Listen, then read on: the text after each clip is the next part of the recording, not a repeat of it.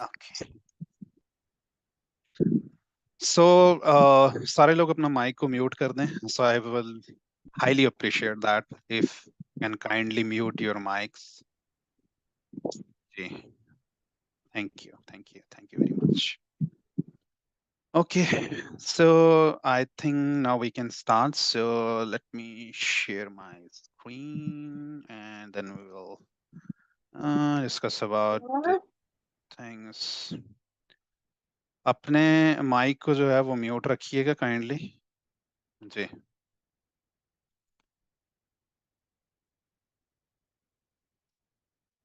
So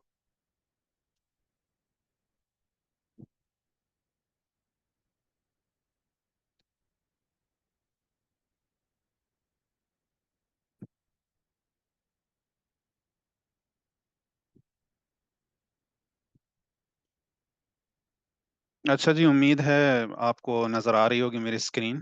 kindly मुझे बता दीजिएगा अगर आपको स्क्रीन नज़र आ रही है. कोई एक बंदा मुझे बता दे, टेक्स्ट कर दे या. यस आसन भाई परफेक्ट नजर आ रही है screen. Slide okay. Show on कर दे बस. हाँ. Okay okay okay. Okay, so let's discuss about that, how we could develop the effective research proposal. My name is Syed Asim, as most of you may know about that.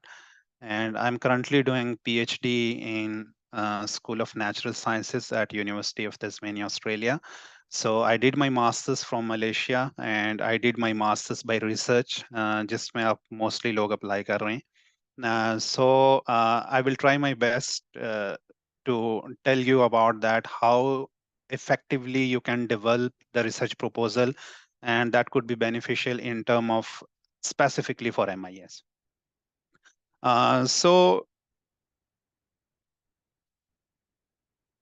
uh, First and the most important thing is that what is the purpose of research proposal? So whenever we talk about the research degree, or whenever we talk about the PhD or masters by research, so there is always some kind of idea you should have. So on the later stages, you can work on that. So initially, all the committee members and whatever we can say that the scholarship bodies, they always look toward the idea you have in your mind or in term of paper you have. So उसी से वो ये करते हैं कि वो evaluation करते हैं आपकी. So they always think that and they always consider that you should have some kind of specific idea. On that specific idea, later on you can work on that area, you can polish that area, you can modify that area even as well, you can modify that concept as well, you can modify that research proposal as well. But initially you should have some kind of idea which should be very specific. And the first and the most important thing about the research proposal is always the relevancy, because some people, we develop a kind of idea or we develop a kind of title which is not exactly in demand, or we can say that it's very old. I mean, like most of the people, when they write something, it's already has been done. So the proposal is always should be relevant, but the idea should be new. I mean, whenever you want to write a title, so you should familiar that what already has been done in that specific field. So you can continue from that specific area. I mean, like you have to find out the gap and then you can develop your idea.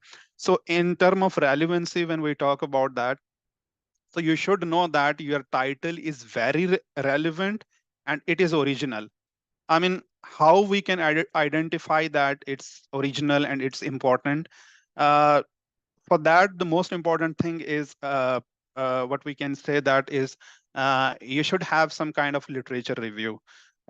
Normally, whenever the students, like most of the students, whenever they ask about that, okay, so what is the best way to find out the gap or the problem statement? So I always told them, read as much as you can. So once you start reading about something, then you find out that, okay, what already people done in that specific area and what exactly I can do from that. So first and the most important thing about your proposal is that it should be relevant. It should not be, irrelevant. Okay, you are like, for example, I'm going to give you an example that this is the bottle, for example, in my hand. So, okay, you have to tell people that, okay, a previous researcher has been done a lot of work in their structure, in the composition, and how they made it like more effectively so it can hold a lot of water, or like it can keep the water warm. So like there are a lot of properties which already has been discussed.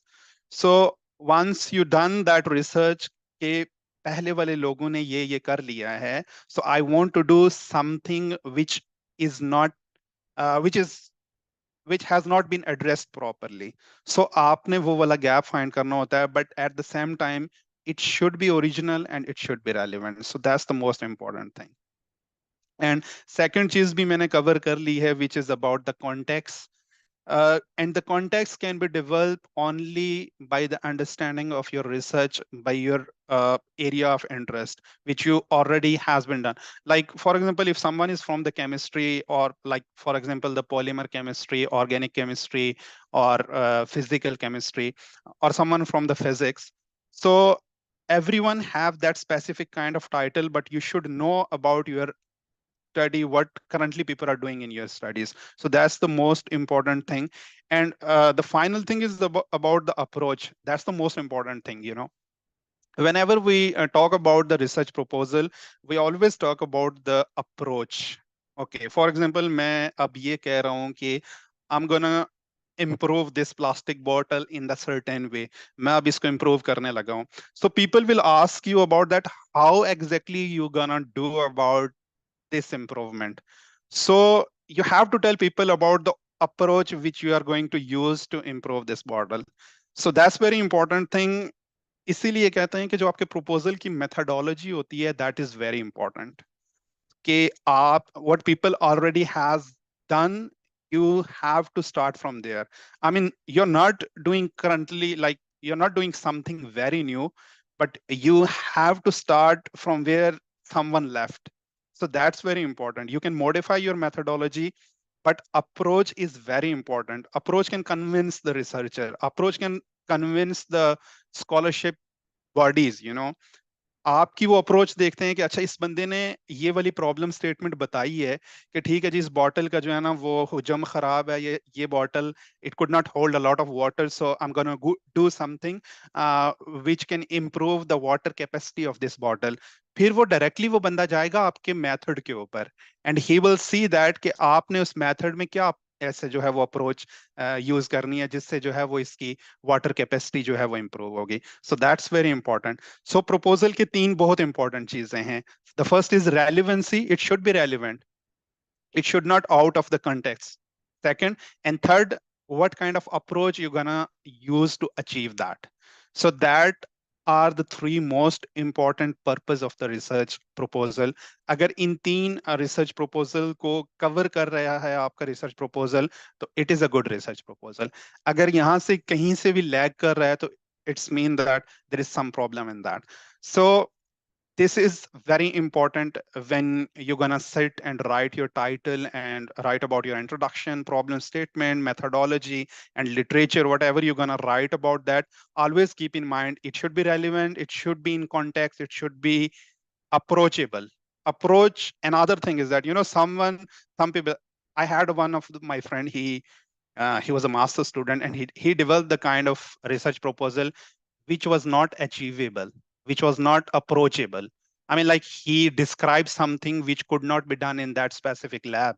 So how people are going to accept you? आपने वो बात करनी है जो कहीं पे सिमट जाए. आपने वो मेथड बताना है जो उस यूनिवर्सिटी में हो सके. You should not do something, okay, I'm gonna do something very very novel, और जिसके लिए आपको बहुत हाई लेवल का जो है वो इक्विपमेंट चाहिए होगा और पैसे चाहिए होंगे. So approach matter a lot. So yeah, that's the thing. अच्छा, अब हम आते हैं, let's come to what the structure of research proposal. Research proposal के को हमने start कैसे करना है, and how we can do that in term of starting, and what exactly we need to put in the first page, and then later on going toward the second page and third page and all of that things. There are different approaches people are using toward the proposal, but When it's come to Malaysia, I would definitely say that you should add the title. The first and the most important thing about your research proposal is that your title. Uh, Here, the most important thing about your title is that it should not be very short, it should not be very long. अब कुछ लोग अपना title जो है वो इतना short लिख देते हैं कि अगले बंदे को समझ नहीं आती कि करने क्या लगे हैं, और कुछ लोग इतना लेंथी कर देते हैं कि वो मतलब बुरा लगता है। नॉर्मली 15 वर्ड्स का रिकमेंडेड होता है, 12 से 15 वर्ड्स का आपका जो है वो टाइटल होना चाहिए, रिसर्च टाइटल जो आप अपना डिफाइन करते हैं। वो इतना शॉर्ट नहीं होना चाहिए कि वो अगले बंदे को समझ ना आए। सो title should be concise but other people can understand your title. So that's the most important thing. After your titles, normally people go for the research introduction, but you can skip that part as well. Abstract and table of content, some people also skip that part when it's come to MIS. Normally, in some countries, it is recommended that you can put your research introduction. It's a kind of summary of your research. And the second is that abstract and table of content. You might know that what is the abstract and table of content. A table of content is actually the whole overview of your research proposal, that what exactly you wrote in the next pages. So you just do the table of content. Okay, in the first page, there is a title and the problem statement, and then a research significance, and then a scope of the studies. Then I did the literature review. Then I did the methodology, and then I did the the expected results. But you can skip that part when it's come to MIS. You can skip your research introduction and abstract and table of content. You can skip that. You can just directly put your research title. But if someone want to put the table of content and abstracts, it it is okay. There is nothing wrong with that. It is perfectly okay if you want to put your research introduction as well as your abstract and table of content. So I think you all know that what is abstract and what is table of content. As whenever you read any kind of paper, there is abstract. So abstract is a short summary of like any paper or any proposal or any thesis जो आप पहले page पे एक abstract देते हो, which is the short summary of your whole research or whole proposal. So these are the things which you need to mention on the first page if you want to do that. अगर नहीं है तो आप सिर्फ और सिर्फ you can put your title of your research proposal and then your name and then your whatever your target university, you can put that as well. But I would definitely recommend कि if you want to put your table of content, that's very good idea. लोगों को idea हो जाता है कि आगे वाले pages पे आपने क्या लिखा हुआ है, कितनी एक चीजें डाली हुई हैं उसमें. So that's a good thing as well. After that, ji, when it's come to the first chapter, okay, I would describe it as a kind of chapter so you guys can understand better that in Malaysia, normally they consider it as a chapter 1 when it's come to the introduction. जब हम बात करते हैं मलाइशिया में कि वो proposal को कैसे देखते हैं, तो वो चैप्टर वाइज देखते हैं प्रपोजल्स को आपको. पहले चैप्टर के अंदर नॉर्मली मलाइशिया के अंदर वो ये देखते हैं कि आपने you should put introduction, you should put the problem statement, you should put the objectives, you should put the scope of study, and then you can put the significance of studies. यहाँ पे इतनी चीजें mention नहीं हैं, but यहाँ पे मैं आपको जो है वो जिस चीज पे ज्यादा फोकस करूंगा that would be the problem statement. First of all, in introduction, you have to introduce about your topic. अब introduction में you should not put a lot of stuff. Introduction is a kind of where you just give the overview of your studies. You can describe your, the journal title and the journal problem and journal methodology, but it is not very lengthy. Introduction को हम background या context भी हम कहते हैं. Introduce your topic, background and context. Background of study भी इसको बोला जाता है. So you should not put a lot of stuff there, but at least you should put, अगर आपने अगर कोई पेपर पढ़ा हो, रिसर्च पेपर पढ़ा हो, तो उसका इंट्रोडक्शन अगर आपने पढ़ा हो, then you can see that in the introduction they normally introduce, for example, if I'm discussing about my research, मैंने अगर if I want to use kind of polymer which I want to remove the bisphenol A, for example, from water. So I will describe my polymer bisphenol A, and then I'll describe a little bit about the problem statement. And then I will tell people about that, what exactly I'm going to do in this project or this paper or this research proposal. So introduction should be concise, but not very short, but not very long as well. So आपका पहले आ जाएगा introduction. Introduction में आपने लिखना है अपनी title को explain करना है. Then you can explain about the little bit about the background of your knowledge. And then the second heading और द सेकंड पार्ट, नॉर्मली इसको हेडिंग भी कह सकते हैं. 1.1 is the introduction, 1.2 is the problem statement. Outline your problem statement. This is the most important thing in your research proposal. The problem statement is the most important thing in your research proposal when it's come to novelty of your work. I mean, what is the novelty of your work? The novelty of your work is that, for example, as I already discussed with you guys that, for example, अब मेरे को discuss करना है, अब मुझे ये बताना है कि मसला इस बोतल में है. There is a problem with this bottle that it cannot hold a lot of water, or the water capacity is not good. So the problem statement is the key where you can tell your reader that this is the problem I want to solve. So what is the reason behind this? You have to, you have to justify that. Okay, this is the problem actually. A lot of people already did a lot of work in to make this bottle look good. It's very good. I mean, the structure is very good. The composition is very good. I mean, everything is very good. I can keep it everywhere. It's very light and everything. But nobody discuss about the water capacity. So the water capacity is very low. This is the problem statement. This is the problem with this bottle. So you can tell the reader that what previous researcher did, and then you tell your idea कि मैं अब इसको ऐसे improve करने जा रहा हूँ. मतलब सबसे पहले तो आपने ये बताना है ना कि प्रॉब्लम है क्या, इश्यू है क्या. सबसे पहले अपने इश्यू को आपने डिस्क्राइब करना है. You already described your issue that the water capacity of this bottle is not really good. आपको इश्यू मिल गया, आपको रिसर्च गैप मिल गया. So you have to find out the research gap that अब बॉटल का मुझे इश्यू तो मिल गया है. अब आपने रीडर्स को ये बताना है. रिसर्च कम्युनिटी में एक बात बड़ी मशहूर है, I would like to share with you guys. Sometimes the problem is not really big, but you have to tell people that, oh, it's very big, it's gonna kill people, this should be addressed.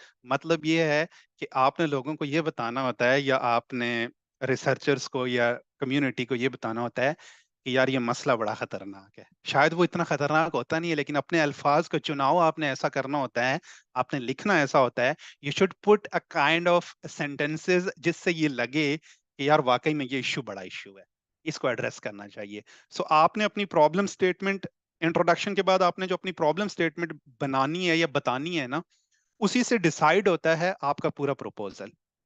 Once you have a clear problem statement, then you can develop a research objective from that specific problem. अब आपको problem मिल गई है, then you can define your objective from that. For example, मैं अब कैसे define करूंगा कि बोतल का मसला तो मुझे मिल गया है. अब देखें, प्रॉब्लम स्टेटमेंट के बाद जो अगली चीज आती है मलाइशियन प्रपोजल के अंदर, that is about the research objectives. I think मेरी अगली स्लाइड में, लेट मी सी दैट. हाँ, वो अगली स्लाइड में है, लेकिन मैं थोड़ा सा यहाँ पे डिस्कस कर लेता हूँ. So the thing is that you already develop a research problem, and now you want to develop the research objective. For example, first objective would be okay, to evaluate the capacity of to evaluate the water holding capacity of the bottle. ये आपका पहला objective हो जाएगा.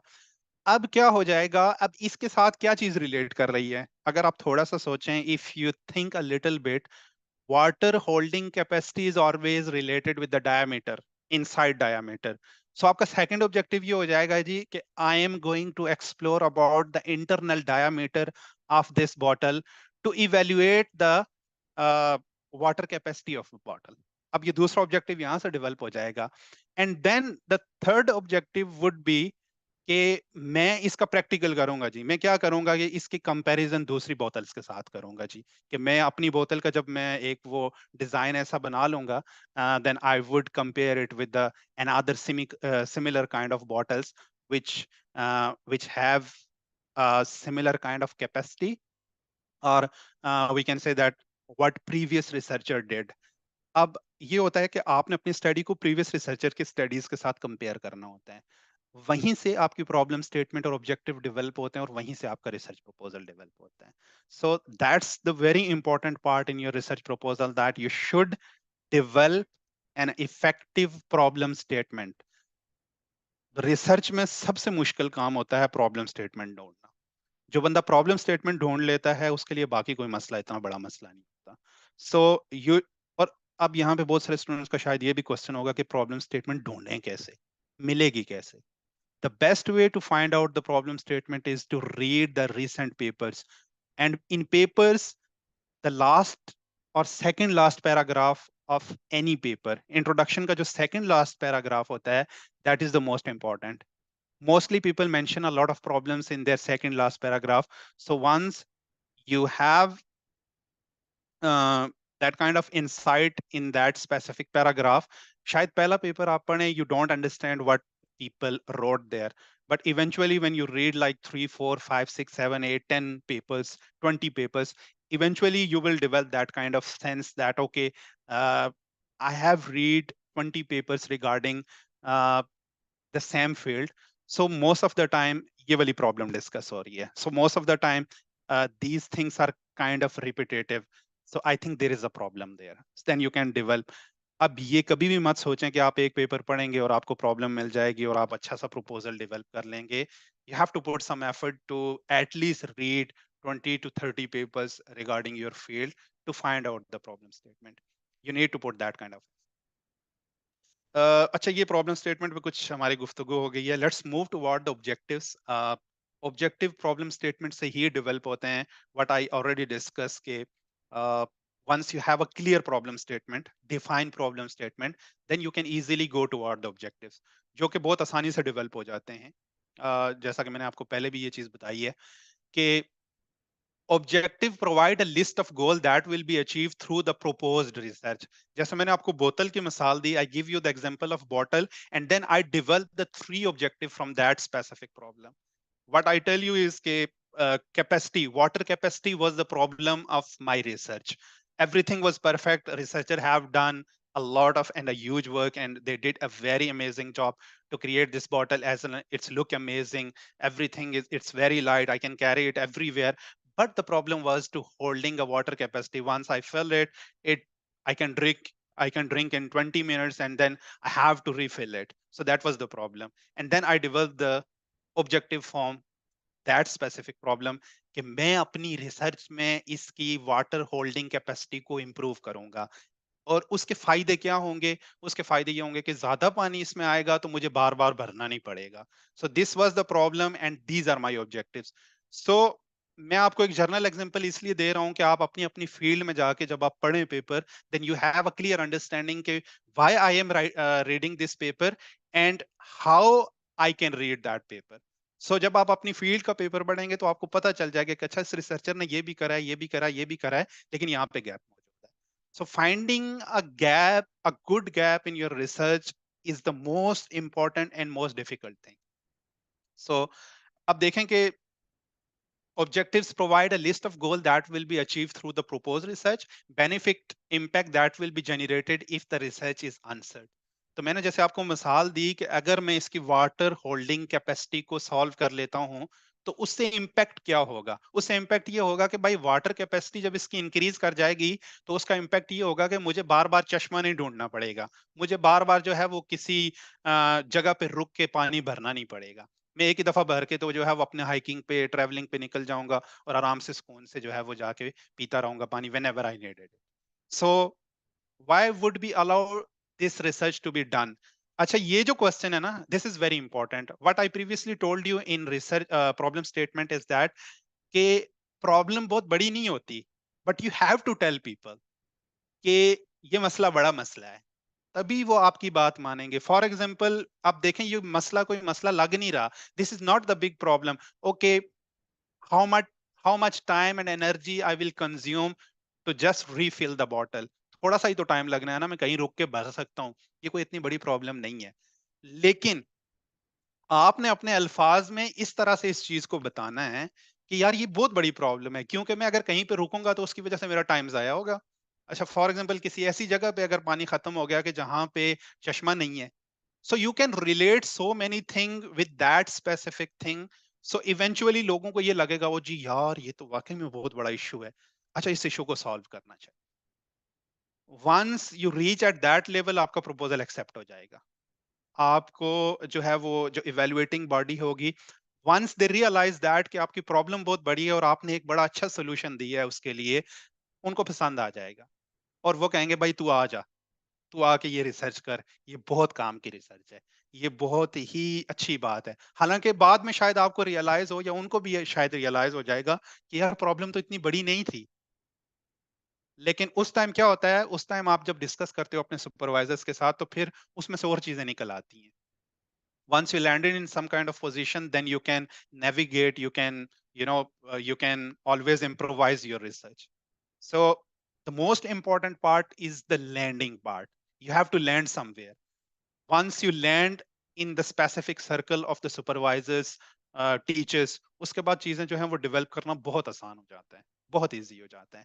So that's the very important thing you have to consider whenever you try to find out your problem statement, कि आपने ऐसे अल्फाज का चुनाव करना है, ऐसे सेंटेंस का, ऐसे रेफरेंसेस उसमें डालने हैं, ऐसा आपने उसको बनाना है कि वो उनको लगे कि यार बहुत बड़ी प्रॉब्लम, इवन तो कि अगर वो बहुत बड़ी प्रॉब्लम नहीं।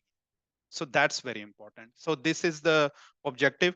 अच्छा, यहाँ पे मैं एक बात और कर दूं, let me tell you, some people also put the scope of studies and significance of studies. मैंने यहाँ पे स्लाइड्स में मेंशन नहीं किया हुआ, but when you write about the research proposal specifically for MIS, तो अपनी रिसर्च का एक अलग से टाइटल पहले में ही बना के ऑब्जेक्टिव के बाद आप डाल सकते हो सिग्निफिकेंस ऑफ स्टडीज, कि आपकी ये स्टडीज मलाइशिया के लिए क्यों इंपॉर्टेंट है, ओवरऑल कम्युनिटी के लिए क्यों इंपॉर्टेंट है, and why it is important for whole humanity, environment, Malaysia, its economy, या उस फील्ड के लोग। So you can relate so many thing with your research. So once once you can tell that कि मैं ये करूंगा तो इसका ये इम्पैक्ट होगा, ये चीजें बेहतर होंगी, ऐसे ऐसे चीजें जो है वो इंपॉर्टेंट हो सकती हैं। So significance is always important. I will take your questions as well. आपकी चैट में आई नो कि बहुत सारे शायद क्वेश्चंस आए होंगे और हैंड भी रेज किया किसी ने, मैं एंड पे आपके क्वेश्चंस लूंगा, don't worry about that. So let's move toward the literature review part. This is the second chapter. Uh, First was your title page, and second was the introduction, which included the problem statement, your objective, significance of studies, your scope of studies. And now let's move toward the chapter 2. Malaysia में जब हम बात करते हैं तो they normally put it as a chapter 2. Some countries they उनमें लमसलम लिखा जाता है, लाइक ना होल एक 5-6 पेजेस का आपने लिख दिया, उसमें मेंशन नहीं होता कि चैप्टर 2 है या चैप्टर 3 है। लेकिन मलाइशिया में वो प्रेफर ये करते हैं कि you should put it as a chapter 1 and chapter 2। So chapter 2 is about the literature review. Literature review क्या होता है? Literature review is the scholarly resources on the scientific topics. आपकी एरिया में या आपकी स्टडीज में जितने भी रिसर्च पेपर पब्लिश हुए हैं प्रीवियसली, या कोई डाटा हुआ है, साइंस कम्युनिकेशंस, रिसर्च बुक्स, कोई रसाला जात, या हम कहते हैं कि कोई भी ऐसी चीज जो हम कहते हैं कि जो आपकी रिसर्च से रेलिवेंट है, so you should read about that. Not very old, it is always recommended to put the 5 years old. Last 5 सालों में क्या हुआ है, आपने वो ज्यादा करनी होती है, ज्यादा ओल्ड पेपर्स नहीं डालने होते, क्योंकि अगर आप 10 साल पीछे जाते हो तो वो रिसर्च ऑलरेडी हो चुकी होती है, उस प्रॉब्लम काफी सारे लोगों ने काम कर लिया होता है। So you should at least go 5 years back. और गूगल स्कॉलर में आप अगर जाएंगे तो सिंपली आप वहां पे पुट कर सकते हैं 2018 से 2024 के पेपर, साइड पे फिल्टर लगा होता है तो आपको सिर्फ वही पेपर दिखाएगा which are published in last 5 years. So that's the best way to do things. Uh, अब लिटरेचर रिव्यू को जो है वो कंडक्ट करने का मकसद क्या होता है जी? इवैल्यूएटिंग होती है, एनालाइजिंग पब्लिकेशंस होता है, जैसे कि रिसर्च बुक्स हैं पब्लिक, जैसे मैंने मेंशन किए हैं, जो बुक्स हैं, जर्नल आर्टिकल्स हैं, और जो भी रिसर्च के क्वेश्चंस जो हैं वो एड्रेस हुए हैं। नॉर्मली लिटरेचर रिव्यू के अंदर 5 स्टेप्स आते हैं। There are 5 important step in literature review. First is you have to search. बहुत सारे लोगों को सर्च करना नहीं आता होता। So this is the different kind of science as well, कि most of the people they don't know how to use the internet. ये इंटरनेट को यूज करना, किसी चीज को इंटरनेट पे सर्च करना भी एक अलग से साइंस है पूरी। सो आपने इस चीज को भी नोट रखना है अपने जहन में, कि आपको रिसर्च जो है वो सर्च करना आना चाहिए। सर्च करना अब कैसे आता है जी? आप गूगल स्कॉलर पे जाएं, वहां पे फिल्टर्स कैसे लगाने हैं, when you want to search something specific, तो उसके लिए मुझे क्या क्या चीजें यूज करनी है, प्लस का साइन लगाना है। तो वो एक ना बहुत ही कुछ टेक्निक्स हैं जो आप गूगल से सीख सकते हैं। You can search from YouTube, you can learn from YouTube as well. उसके बाद आपने रिसोर्सेज चेक करने के बाद you need to evaluate your research, and then you need to identify sources को इवेल्युएट करने के बाद you have to identify what is important for you and what is not. For example, if you read 50 papers, it does not mean that all the 50 papers are relevant with your research. अगर आप 50 paper पढ़ते हो तो ये लाजमी नहीं है कि 50 के 50 आपकी रिसर्च के साथ मैच करते हो। Maybe you can only find like 3 to 4 to 5 papers which are really relevant, and then you can extract some of the important information from there, and then you can put in your research proposal. So you have to find out that what is exactly important, and gap, again देखें यहाँ पे भी gap का बात हो रही है, तो आपको गैप ढूंढना होता है। And outline the structure and right your literature review. जब आप आइडेंटिफाई कर लेते हैं, आउटलाइंस ले लेते हैं, उसके बाद आपको राइट करना होता है। अच्छा, लिटरेचर रिव्यू के बारे में एक question a lot of people continuously ask sometime, that के how to paraphrase, can we just copy and paste? No, you cannot copy and paste. You have to paraphrase, but always you need to reference. I mean, you need to put the citation of that specific paper. एक होती है citation, जैसे जी कि आपने कहा जी कि Imran at all. अच्छा जी, उसके बाद मैंने अगर कह दिया जी कामरान एट ऑल, उसके बाद मैंने कह दिया जी कि रिजवान एट ऑल। ये होती है जो टेक्स्ट के अंदर होती है। This is the citation within the text. And another thing is the bibliography, which is the end of your proposal, जिसको हम रेफरेंस लिस्ट भी कहते हैं।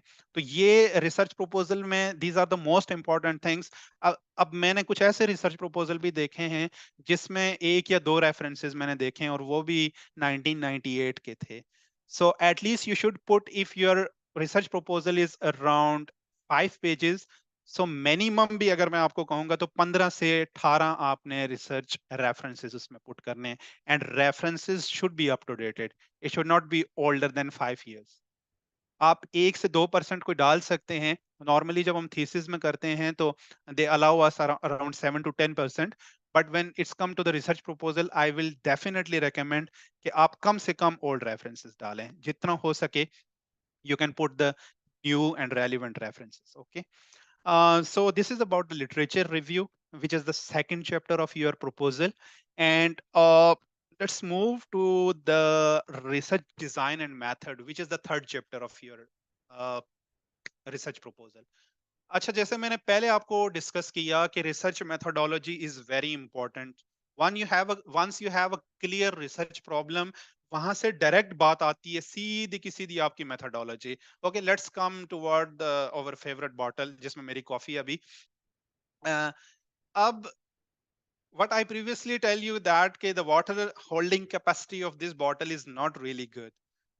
अब मुझसे ये पूछेंगे कि ठीक है भाई, तुमने बता तो दिया है कि प्रॉब्लम है, अब उसको सॉल्व कैसे करो? तो here come the research design and method. यहाँ पे आपका रिसर्च मेथड और आपका डिजाइन आता है कि भाई ठीक है, मुझे प्रॉब्लम स्टेटमेंट तो मिल गई है, लेकिन जो मेथड आप बता रहे हो, जो मेथड आप प्रपोज कर रहे हो, क्या वो ठीक है? क्या वो इस काबिल है कि वो चीजों को बेहतर तरीके से आंसर कर सके, या जो आप प्रपोज कर रहे हैं उसका वो आंसर कर सके? So normally, first of all, you have to identify that what type of research you are doing. Some people do the qualitative research, some people do the quantitative research. अब qualitative research के लिए methods different use होते हैं। and once it's come to the quantitative research, the methods are totally different. So you need to identify, for example, जो हम science के लोग हैं, the people from chemistry, people from physics, people from biology. So हमें हमेशा से mostly जाना पड़ता है qualitative data की तरफ. You need to develop some kind of research proposal and then design and research flow, and then you need to tell about the equipments, chemicals, and then you need to tell about the methodologies which you are going to perform.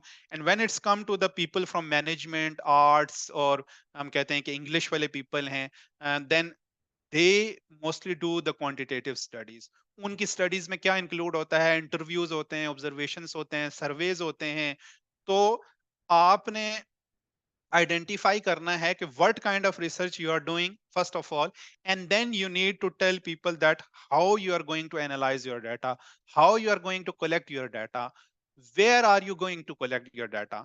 अब for example आप sciences के लोग हैं तो आप अपने lab के बारे में बताते हो, you tell about the equipments, and once it's come to the arts and management and those sorts of things, you tell about the interviews, observation, experiment कि मैं अपना डाटा इस एरिया में कलेक्ट करूंगा, ये वाला जंगल है, यहाँ से मैं जो है सैंपल्स लूंगा, यहाँ से ये करूंगा, वहां से वो करूंगा.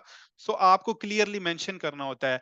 अब देखें, आपको ये भी बताना होता है कि सोर्सेज में कि आपने रैंडम सैम्पलिंग करनी है, केस स्टडीज करनी है, आप जो है वो अपना सब्जेक्ट कैसे सेलेक्ट करेंगे, that's very important. And when and where will you collect your data.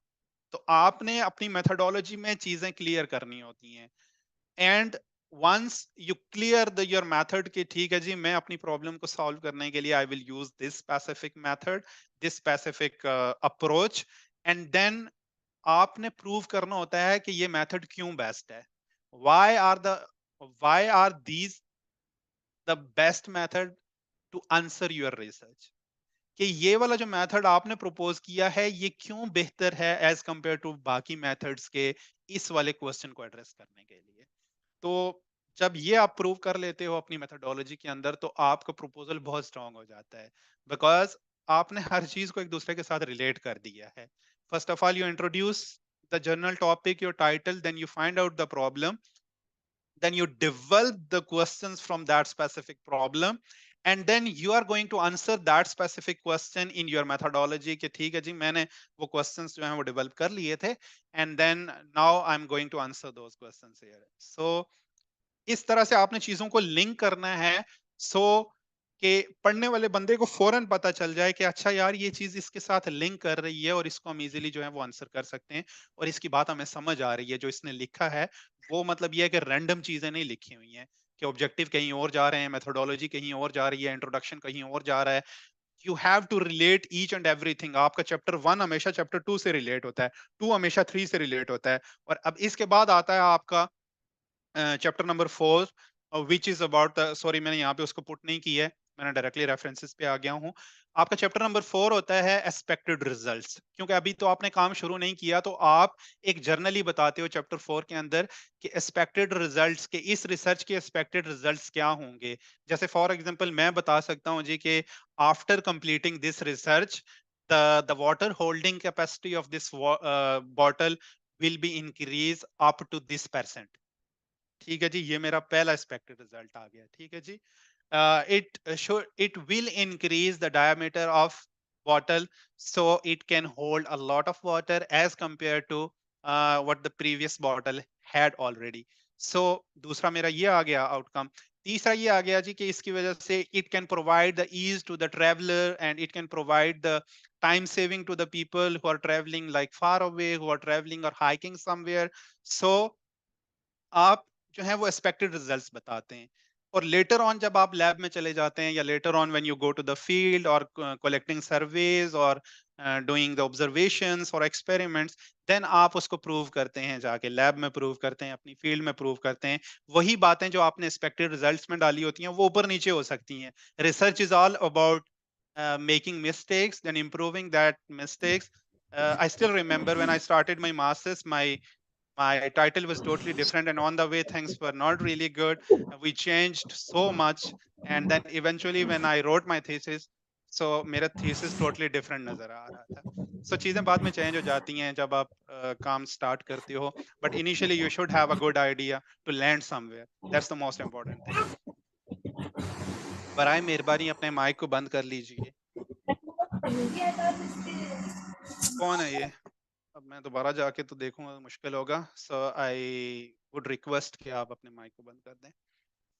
अच्छा जी, ये बात हो गई थी।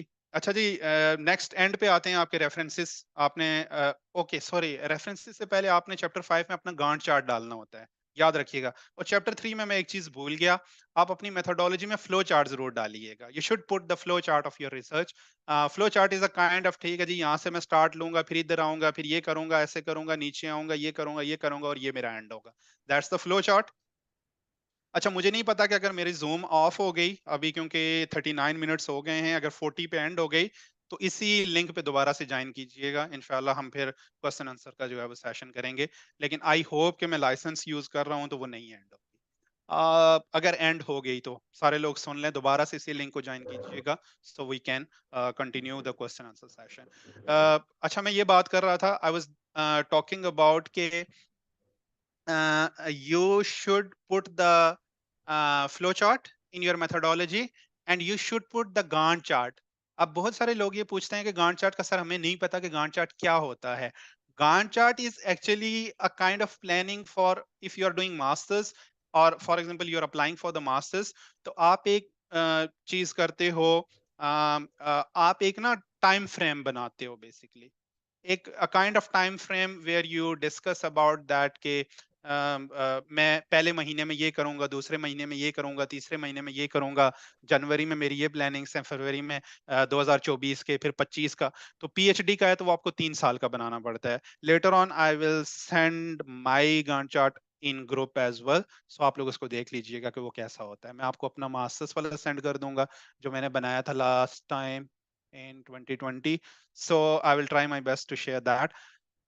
Beside that, this is all from my side, और मैं चैट जो है वो रीड करने की कोशिश करता हूँ, सबसे पहले वहां से आंसर करता हूँ, फिर मैं आपके जो है वो क्वेश्चन जिन लोगों ने हाथ खड़े किए हैं उनके जो है वो मैं क्वेश्चन लेने की कोशिश करता हूँ। Okay ji, okay ji, screen clear, yes, it's visible. How to choose the research idea, time limited, how smartly literature review. Acha, this is the question ki how we can do the literature review smartly. There is the one AI platform which is called research rabbit. Research rabbit के जरिए से आप quickly कर सकते हो। Research rabbit आप Google पे search करोगे, वहां पे आप एक पेपर डालोगे या उसका डीओआई डालोगे तो वो उससे रिलेटेड आपको सारे पेपर का एक नेटवर्क बना के दे देता है। The people who cited that paper, the people who are in that paper, और उससे रिलेटेड जितना भी लोगों ने काम पब्लिश किया है, तो वो रिसर्च रैबिट आपको पूरा एक नेटवर्क बना के देता है। उसके जरिए से जो आप जो है वो जल्दी कर सकते हैं। People who want to use the chat GPT, I would recommend कि चैट जीपीटी को आइडिया लेने के लिए जरूर यूज करें, but never use chat GPT fully and never depend on chat GPT, because chat GPT अपनी तरफ से रेफरेंस जनरेट करता है जो कि होते ही नहीं है। लास्ट टाइम आई ट्राइड, मैं उसको चेक कर रहा था तो मैंने एक चीज लिखी और मैंने कहा कि इसके रेफरेंसेस मुझे दो।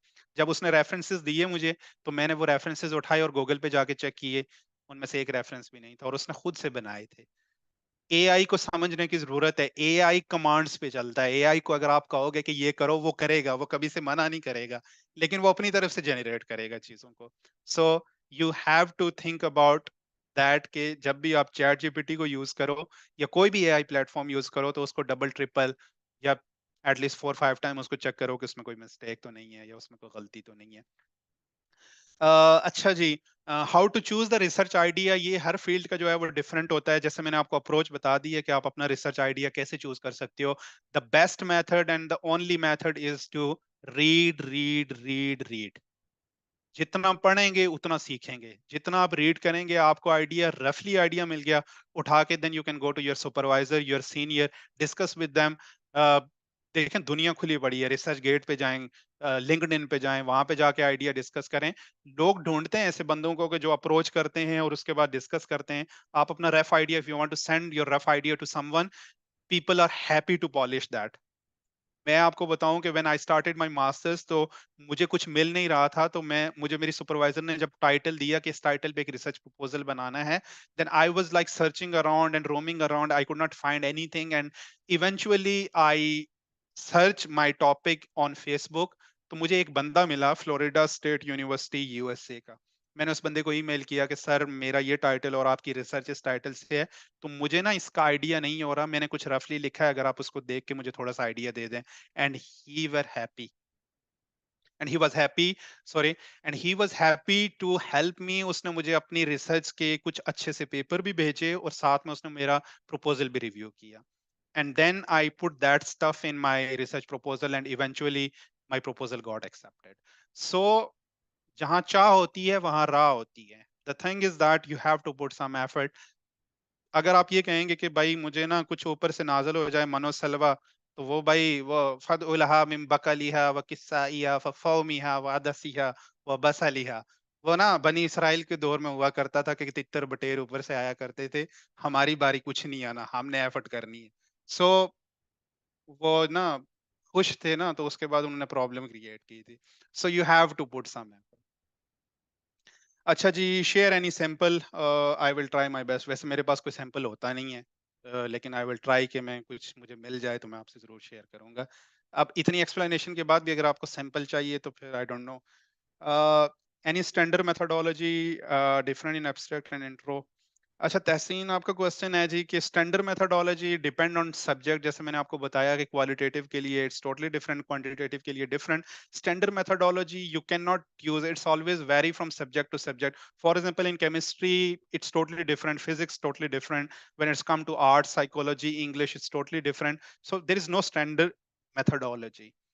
You have to develop the methodology according to your subject and according to previous paper ke how and the people solved that, and now I'm going to solve that. So yeah, it's always like that. अच्छा जी, अब उसके बाद है जी कि sir I am unable to listen. I don't know कि आपको क्या इश्यू है, आप क्यों नहीं लिसन कर पा रहे। आई होप कि सब बाकी लोगों ने जो है वो लिसन किया होगा, आवाज मेरी ठीक ही थी। Also there is an option after check the computer idea. अच्छा अच्छा, ये उसको बताया हुआ है, मैं समझा मुझे कह रहे हैं। Can we put the references of other researcher in problem statement? Definitely, when you write your problem statement, आप अदर रिसर्चर्स के जो है वो इनिशियली आप बताओगे कि इस बंदे ने ये किया है, उसका आप रेफरेंस दोगे। Then you come to write about your own कि जी इसने ये किया है, प्रीवियस रिसर्च में ये हुआ है। तो उसके बाद जो है वो आप अपनी प्रॉब्लम्स बताओगे कि अच्छा ठीक है ये हो चुका है, तो मैं ये वाला सजेस्ट कर। Can we tell the other results in research proposal? ये मुझे समझ नहीं आया आपके क्वेश्चंस की, sorry.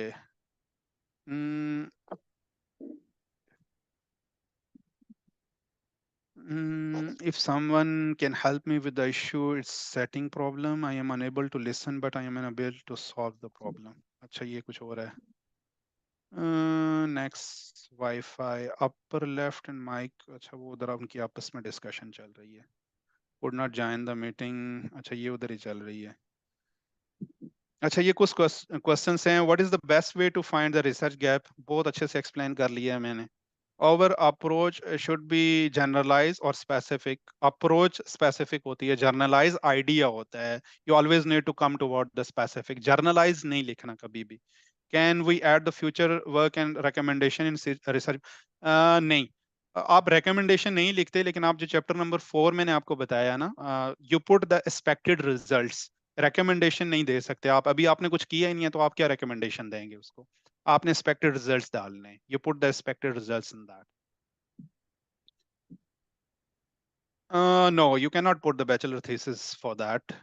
You have to develop the research proposal, which should be different. Research proposal had to be detailed as you describe for the masters as well. It seems quite difficult as the recent undergraduate. Definitely आपका masters का जो proposal होता है वो as compared to PhD इतना lengthy तो नहीं होता, but at least you should write around 5 to 6 pages. और जो मैंने आपको step बताए हैं, step सारे यही होंगे।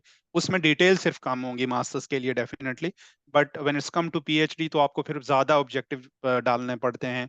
You should have to put more deep study in PhD as compared to masters. But masters by research जो मलाइशिया का है वो ऑलमोस्ट पीएचडी के करीब ही है, because I did my masters from there. So मेरी जो मास्टर्स थी वो तकरीबन पीएचडी ही थी ऑलमोस्ट। या इट वाज अराउंड, जितना मैंने काम किया वो तकरीबन पीएचडी का ही काम था सारा। Maximum words of research proposal, I think ये मेंशन है एमआईएस के पोर्टल पे, देख लीजिएगा, मुझे एग्जैक्टली जहन में नहीं है कि कितने डालने हैं आपने। Can we apply both in MIS and MTCP? नहीं, आप दोनों पे नहीं अप्लाई कर सकते, you have to apply in one session only one. MTCP सिर्फ मास्टर्स के लिए, एमआईएस जो है वो पीएचडी और मास्टर्स दोनों के लिए है। Take a rough look, if it is okay it would take a few seconds. आजकल तो बिल्कुल टाइम नहीं है, तो मैं नहीं रिव्यू कर पाऊंगा, अभी भी मैं ऑफिस में बैठा हुआ हूँ। Can I share my research proposal with you? Not now, बिल्कुल भी नहीं। Can you put the references of other research problem statement? अच्छा जी। कुछ और भी क्वेश्चंस हैं जी, तो उनकी तरफ भी आते हैं, लेकिन let's talk with the people first. अच्छा जी, एक मिनट ना, मुझे अपनी जो है वो स्टॉप करने दें स्क्रीन। हाँ जी, अब मैं बारी बारी जिन लोगों के हाथ खड़े हैं उनका नाम लूंगा, और आप जो है ना वो अपना माइक ऑन करके तो मुझसे बात कर सकते हैं, and then we can discuss about the problem. अच्छा जी, first of all Mohammad Shahbaz Ali ji, बताइए। अस्सलाम वालेकुम सर। वालेकुम सलाम जी शहबाज। हाँ सर, कुछ क्वेश्चंस हैं जिसमें सबसे पहले तो ये सर, अगर हम यूनिवर्सिटी चूज करते हैं स्कॉलरशिप के लिए, और जब तक हमें स्कॉलरशिप अवार्ड होती है और उस यूनिवर्सिटी की लास्ट डेट गुजर जाती है, तो लाइक मैंने सुना था कुछ यूनिवर्सिटीज की लास्ट डेट जून में गुजर गई है, अब हमें स्कॉलरशिप का रिजल्ट कब पता लगेगा? तो फिर हम तो फिर डिस्qualify हो जाएंगे या नहीं, ऐसा होगा? Well, when it's come to the research degree, whether it's a master's by research or PhD by research, Malaysian universities have the admission offer or admission option the whole year. किसी भी time, you can start any time. जो research based degree होती है, there is no specific date to apply for that. For example, if you want to apply right now, you can apply, they will consider you in the next session, so there is no problem with that. And when it's come to the MIS, you need to apply on MIS, and once you have MIS will give you 3 months. अगर आपकी selection हो जाती है, then you will get the 3 months to get the admission. जी, आप अपना mic off कर दें kindly, जिनके माइक ऑन है। So you will have 3 months to secure the admission, so don't worry about that. अभी जो आपने फोकस करना है, right now you can focus on your MIS application, and if you have acceptance from research supervisor, or if you have admission from any university, you can upload that one. Later on आप उसको defer करवा सकते हैं, increase कर सकते हैं, you can do anything.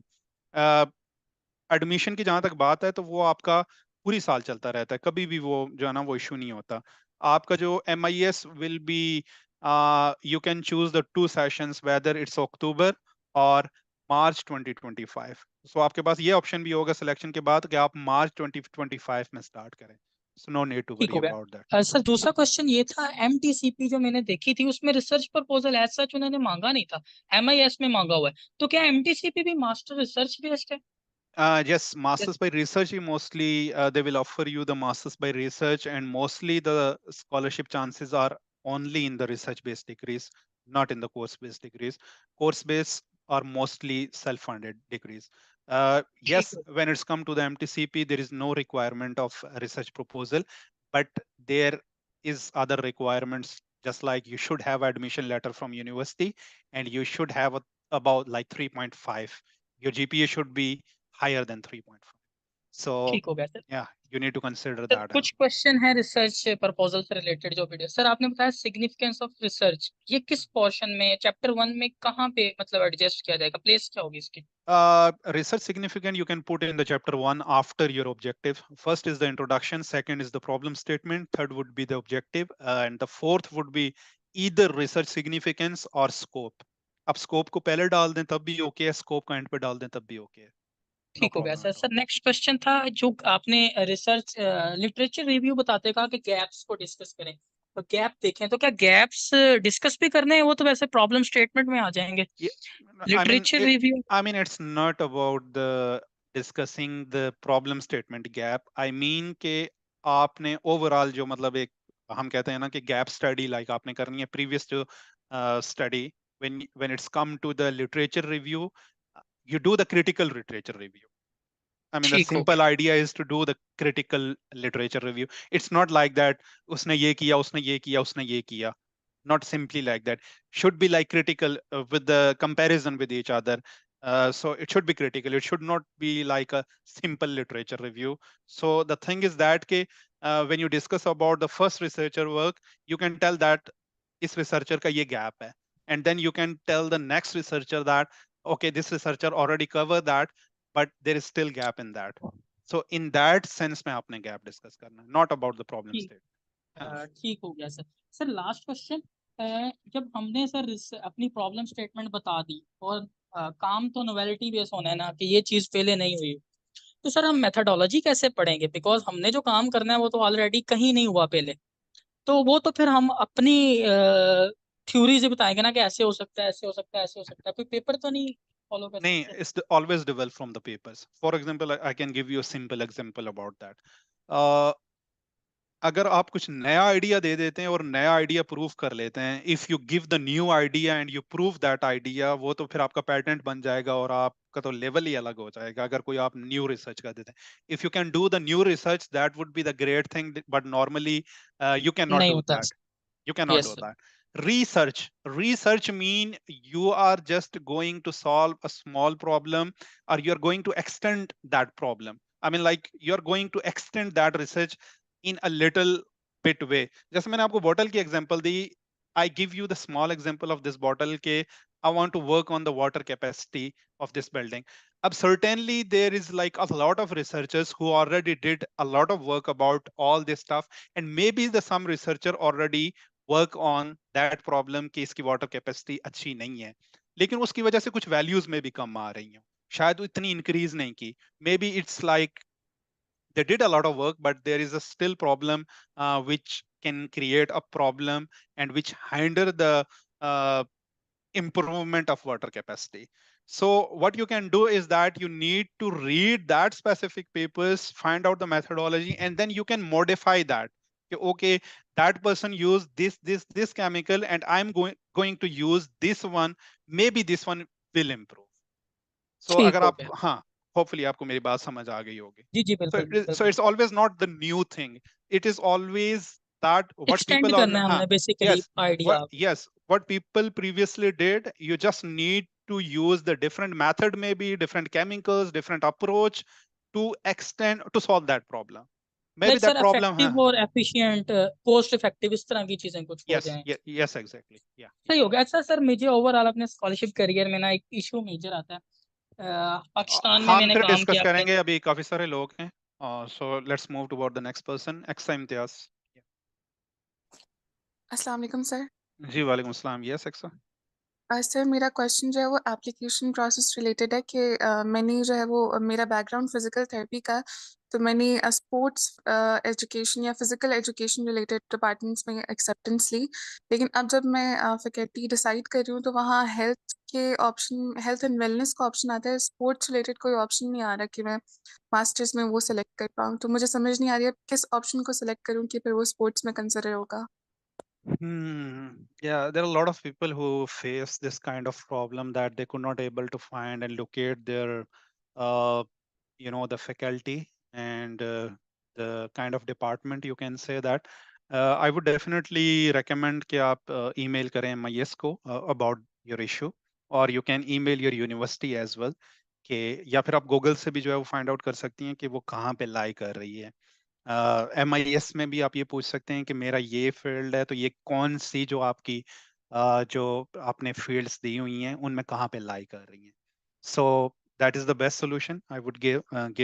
And another thing is that के group में भी इंशाल्लाह जो है वो आप मैसेज जरूर कीजिएगा, तो I will try to discuss with other students as well if we can figure out that as well. So yeah, ठीक है sir we will try thank our you. Best.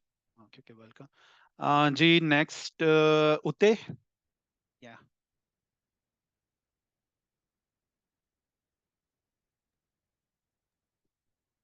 All right, thank you for this opportunity. Hi Ute, how are you? I was struggling all through. I could barely understand what you were saying. Okay. So what are your questions actually? Yeah, actually the problem is, Uday, is that like the most of the people are from the Pakistan, and they most of the time they understand Urdu actually. When like if I try to speak all in English, maybe it's like gonna skip a lot of part for them as well. So it's a kind of thing that the majority. So that's why I consider, even I tried my best to as much as possible. I speak as much as possible in English, but yeah, still I have to speak somewhere in Urdu as well, to connect the things. Sometimes you have to Thank you. tell things. Okay, so Yeah. looking at the MIS site, Mhm. there is a section where we have to write our proposal in a box. Yes. And then there are different boxes. So you write the relevance of the study. Then there's another section for attachment of the same proposal. So my question is, what do we write in the boxes? Is it the same thing that we've written on the proposal that we'll attach at the end? Well, if you see the portal, there is a place where you can put the supervisor name, and then you can put your problem statement, and there are like some kind of boxes. But Yeah. you can just give the the journal idea, not like too much thoroughly, which you already wrote in your proposal. Like whenever there is this kind of the section or this kind of situation, so what people expect is that you just give a little bit idea in that section, and if you have like a detailed document, you always put in the attachment. So that's why they do it like that. You will put this, the little bit about your problem statement in that section, your supervisor name, and then expected results, maybe the little bit. But your whole document, like your research proposal, you should attach in that, the specific area. But yeah, definitely, when it's come to the boxes, you will write the same thing, but not too much in details. Yeah. Okay, thank you. Yeah. Do you have any other questions? Well, I think this question also applies to the personal statement area where you have to write in a box and also attach. So can we write in the box and also attach at the same time? Yeah, normally it's like that. I don't know. I never understand this kind of situation, why we need to write and then we need to upload. Yeah, no, Okay. it's always Thank you. confusing, definitely. But yeah, definitely you need to write some and then you need to attach it. Yes. All right, thank you. Okay. Okay. Thanks. Okay, G. Next is the तहसीन फातिमा. जी तहसीन बताइए. वालेकुम sir. जी वालेकुम सलाम. Thank you so much sir, आपने इतना अच्छा session हमारे लिए अरेंज किया, thank you so much. No मेरा problem at all. मेरा क्वेश्चन सर ये था कि मेरे जो बैचलर्स की है उसमें जो मेरा थीसिस था और मेरा रिसर्च इंटरेस्ट बिल्कुल सेम ही है, तो क्या मैं उस इंटरेस्ट के साथ जा सकती हूँ अपना रिसर्च प्रपोजल बनाने? Definitely. Normally, people always do that. Whatever they have in their previous studies, they always extend that, because you have that basic knowledge about your, your research, your studies. So it is always feasible and easy to extend what you already know. Instead of कि आप एक नई field में dive करो और उसके बारे में जानो, पढ़ो, and it's quite difficult to sometimes develop the research idea or research proposal in completely new field. So I would definitely recommend that what you previously know, extend that. Yeah, that would be great. Yes.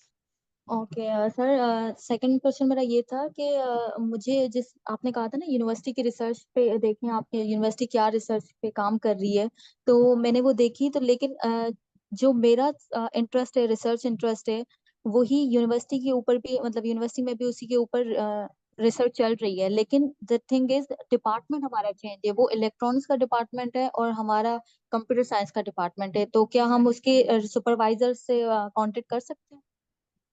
Well, this is the problem in Pakistan when it's come to Pakistan specifically. If your faculty or department is not matching with your previous degree, so sometime HSC जो है वो issue करती है. So you need to confirm this specifically when it's come to the faculty.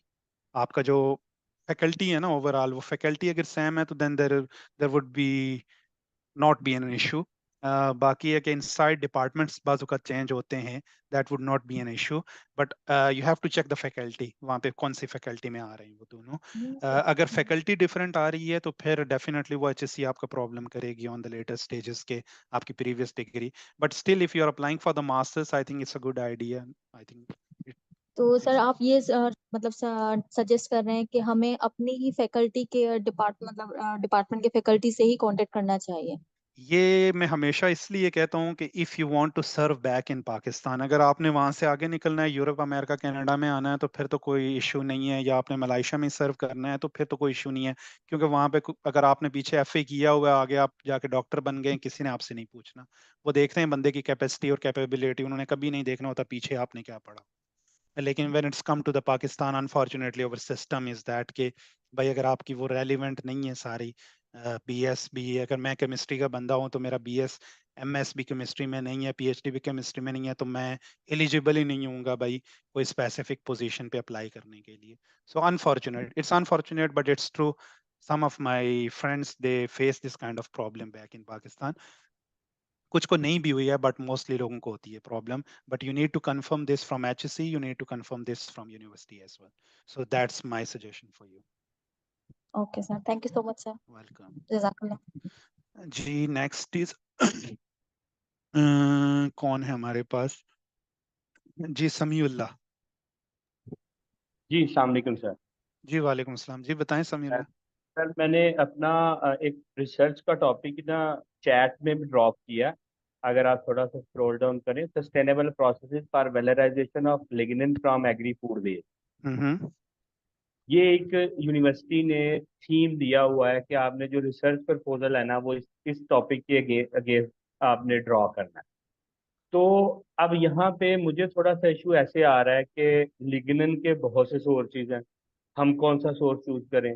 वैलोराइजेशन के बहुत से तरीके हैं, आप उसको किस वे से कौन सी टेक्नोलॉजी को यूज करते हुए लिग्निन को एक्सट्रैक्ट करते हैं, उसके बहुत से तरीके हैं, हम्म हम कौन सा चूज करें?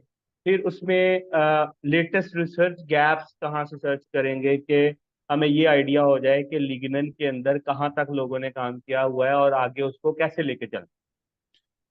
Well, the most important thing and the best thing is to go to read the review paper who is recently published about that. Whenever you want to find out the problem या फिर क्या problems discuss हो रही हैं, तो वो आपको review paper से मिलती हैं। जो आपकी फील्ड के recent review papers publish हुए हैं, 2, 4, 5, वो पढ़ें आप। रिसर्च पेपर्स पढ़ें recent जो हुए हैं, बहुत recent आपके जो हैं, आपको इंशाल्लाह वहाँ से मिल जाएगा कि अभी क्या recently काम हो रहा है और क्या इसमें गैप आ रहा है।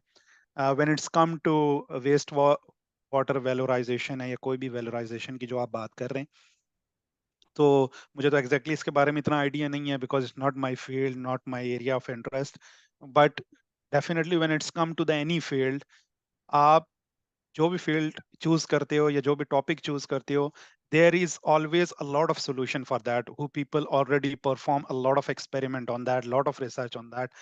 So the best way is to find out the recent paper जिसने बहुत अच्छा काम किया है, फिर आप उसमें ये सजेस्ट करो कि अच्छा ये काम इसने, इस बंदे ने इस मेथड से किया है, तो मैं इसी मेथड से, लेकिन मैं ये चीज इसमें मॉडिफाई करके ये चीज कर सकता हूँ, मुमकिन है ये वाले रिजल्ट्स अच्छे आ जाए, मुमकिन है ये चीज इंप्रूव हो जाए। ठीक है जी। तो the best way is to always the reverse engineering.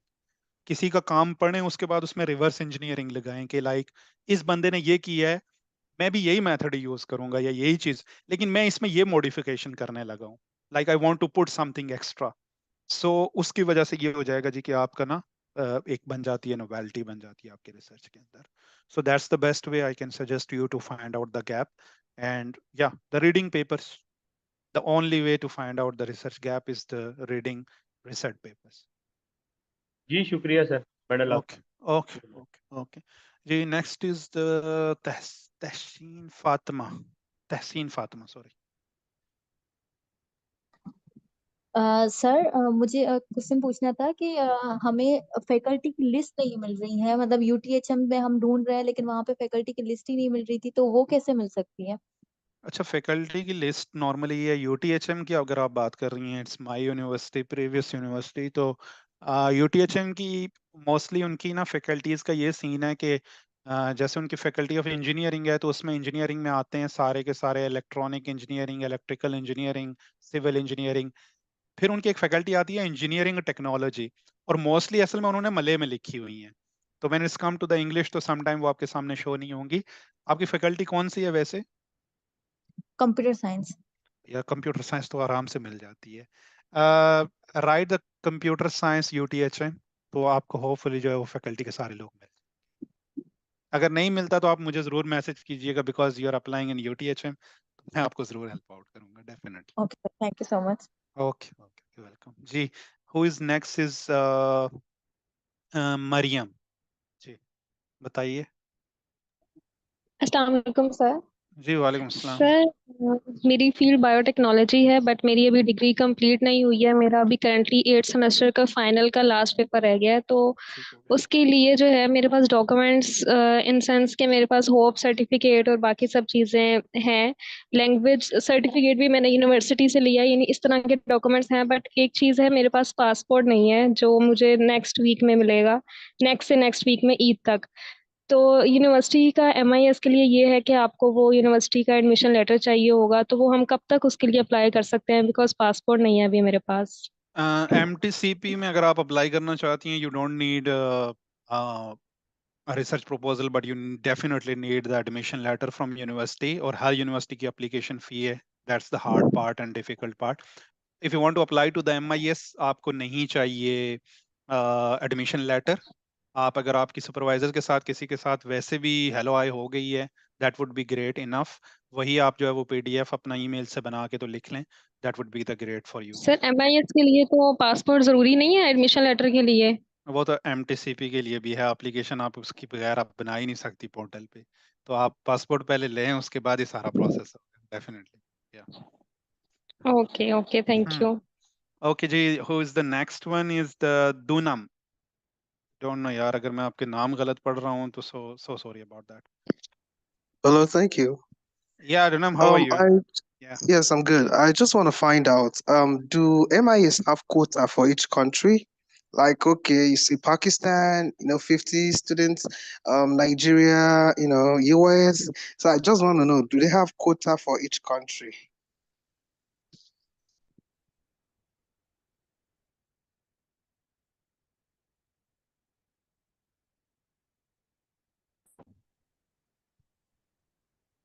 Sorry, you've cut out. I can't hear you, please.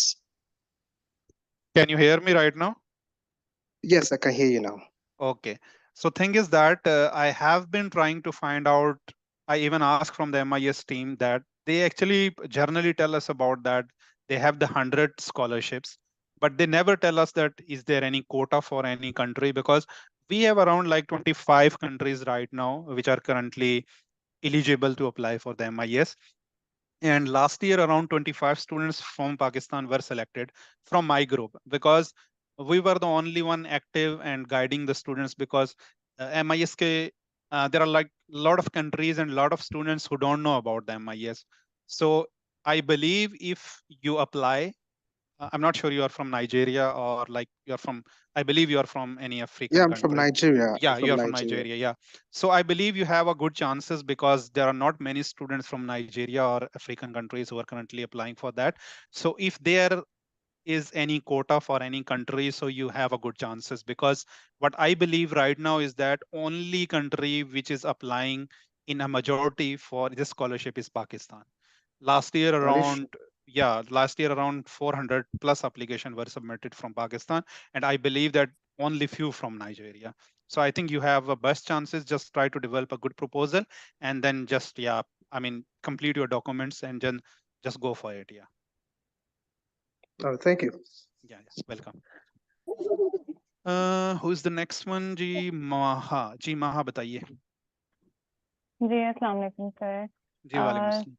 Sir मेरा क्वेश्चन ये है, सर मैंने अभी जैसे जापान स्कॉलरशिप के लिए भी अप्लाई किया था, उसके लिए मैंने फिर रिसर्च प्रपोजल बनाया था। मेरी इलेक्ट्रिकल इंजीनियरिंग फील्ड है, तो सर उसमें अभी मैंने ना जो, जैसे आप एग्जांपल के लिए, मैं उसको क्योंकि आउट नहीं करना चाहूंगी, तो एग्जांपल के लिए जैसे इन्वर्टर है, इन्वर्टर AC आप लगा लें, इन्वर्टर पे जापान में रिसर्च हुई है, बट मलेशिया में इतनी ज्यादा रिसर्च नहीं हुई है उसके ऊपर। ठीक है, तो उसमें मतलब अगर उसी चीज को जो कि जापान में उस पर रिसर्च हो चुकी है, क्या हम उसी चीज को प्रैक्टिकली इम्प्लीमेंट कर सकते हैं यूनिवर्सिटी के अंदर, या उसी चीज को हम अपने जिसमें आप कह रहे हैं कि हम प्रॉब्लम को बहुत बड़ा करके उसको हम बता दें, और अगर हमें उसमें से यानी कि इतना स्टडी गैप बहुत ज्यादा भी नहीं मिल रहा और उसको हम छोटे लेवल पे छोटे स्केल के ऊपर अगर हम उसको प्रैक्टिकली ले आए, तो क्या ऐसी ऐसी पॉसिबिलिटी होती है कुछ? और मतलब yeah, फाइनली को कैसे पता चलता है कि हम्म, इस पे ये जो मैं अगर चीज बता रही हूँ तो ये तो पहले रिसर्च हो चुकी है, अगर मैं अपने लिटरेचर में उस चीज को स्किप कर दूं और बहुत रिसेंट वाली वो रिसर्च हो, तो then how they get to know कि इस पे रिसर्च हो चुकी है? तो ये भी थोड़ा सा माइंड में। well, when it's come to how they know कि उनको कैसे पता चलेगा, तो जो आपकी इवेल्युएटिंग कमेटी होती है ना, उसमें ऑलमोस्ट हर एरिया का बंदा बैठा होता है, मतलब जितनी भी रिसर्च एरियाज के normally they are professors, full professors, very good researchers from University Malaya, UKM, USM, UTM, UPM. From all universities, they normally choose the best people to evaluate the applications.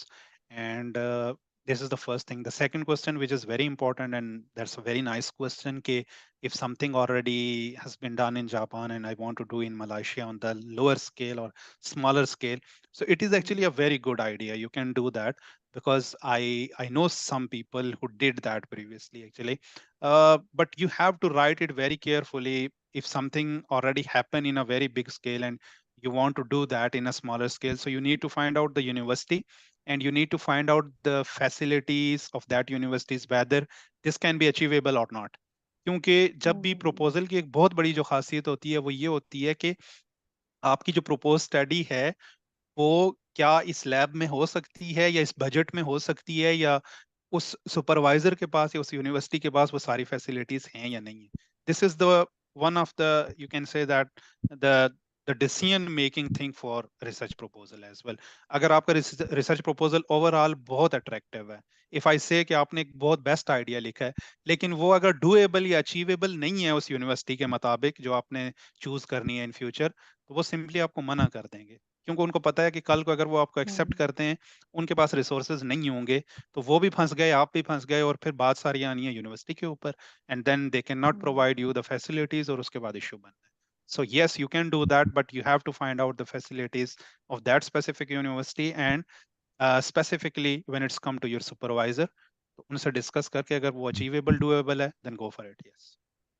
सही. तो sir हमने research proposal separately document के साथ attach करना है, जिसमें वो portal पे आ रहे थे ना, सेक्शंस बने हुए हैं, हाँ जी, हाँ जी, तो वो सेपरेटली हम एक, बना के अटैच करेंगे? जी जी जी जी, हाँ, वो वहाँ पे जगह है उसकी अटैच करने की, तो आप वहाँ पे अटैच करो. जी चलें sir, thank you so I much. Think कल सेशन हुआ है प्रपोजल के हवाले से, वो मैं ग्रुप में हाँ शेयर कर जी दूंगा लिंक. आप आई जी थिंक उस पे जी पूरा वो उज़ैर ने बताया सारा एप्लीकेशन को. Uzair was the last year group member, and अल्हम्दुलिल्लाह now he is doing work and well and also helping students. That's a good thing, you know. This time I जी have sir, like, thank you so much. आप भी बहुत ज्यादा sir, इसमें बहुत ज्यादा benefit हुआ है, छोटी छोटी चीजें हैं जिससे, लेकिन अगर आप सुने तो आपको बिल्कुल पता चलता है कि आपने रिसर्च डायरेक्शन कैसे लेनी है. और मेरा तो सर है भी स्टडी गैप भी, जो मैं ग्रुप में भी बहुत पूछ रही होती थी, मेरा ही स्टडी गैप था.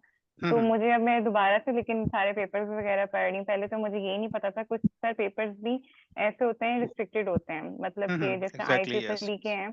तो फिर मुझे ऐसे इंफॉर्मेशन ले लेके पता चला, अच्छा जी साइंस हब पे जाकर आप वहां से पेपर पढ़ सकते हैं इस Yeah, तरीके से. तो exactly. ये सब चीजें, मतलब मे भी बाकी सबके लिए भी इंफॉर्मेशन इसमें हो, Yeah, क्योंकि ये exactly, चीजें आ रही होती हैं exactly. ऐसे. थैंक यू Well, सर. good, Maha. Good luck here. Thank you. Thank you. जी, next is Anam Sadiqa. जी, जी अनम बताइए. अस्सलाम वालेकुम सर. जी, वालेकुम सलाम. सर मेरा क्वेश्चन ये था कि मैं MIS के लिए मास्टर के लिए अप्लाई करना चाह रही थी, लेकिन जब मैंने वेबसाइट विजिट की तो वहाँ पे GPA के लिए एक शर्त मेंशन थी कि आपका बैचलर में 3.5 हो, लेकिन मेरा 3.49 है अनफॉर्चुनेटली. तो क्या मुझे अप्लाई कर देना चाहिए कि नहीं? सर काइंडली गाइड करिएगा. MTCP के लिए 3.5 चाहिए, and if I am not mistaken MIS के लिए 3.0 चाहिए, 3.5 नहीं चाहिए, 3.0 चाहिए उसके लिए. आप दोबारा से पढ़ लीजिएगा MIS की गाइडलाइंस को, आप अप्लाई कर सकती हैं डेफिनेटली. और अगर एक आध पॉइंट का खतरा है तो तब भी आपको, मैं हमेशा लोगों को एक बात कहता रहता हूँ कि सेल्फ रिजेक्शन कभी नहीं करनी चाहिए. If you think that your paper is not good enough, still submit it. दूसरे लोगों को मौका दें कि वो आपको रिजेक्ट करें, अपनी ज़ात को कभी ना रिजेक्ट करें। If you think that you are not good in something, still do it, try to do it. तो स्कॉलरशिप भी ऐसा ही होता है।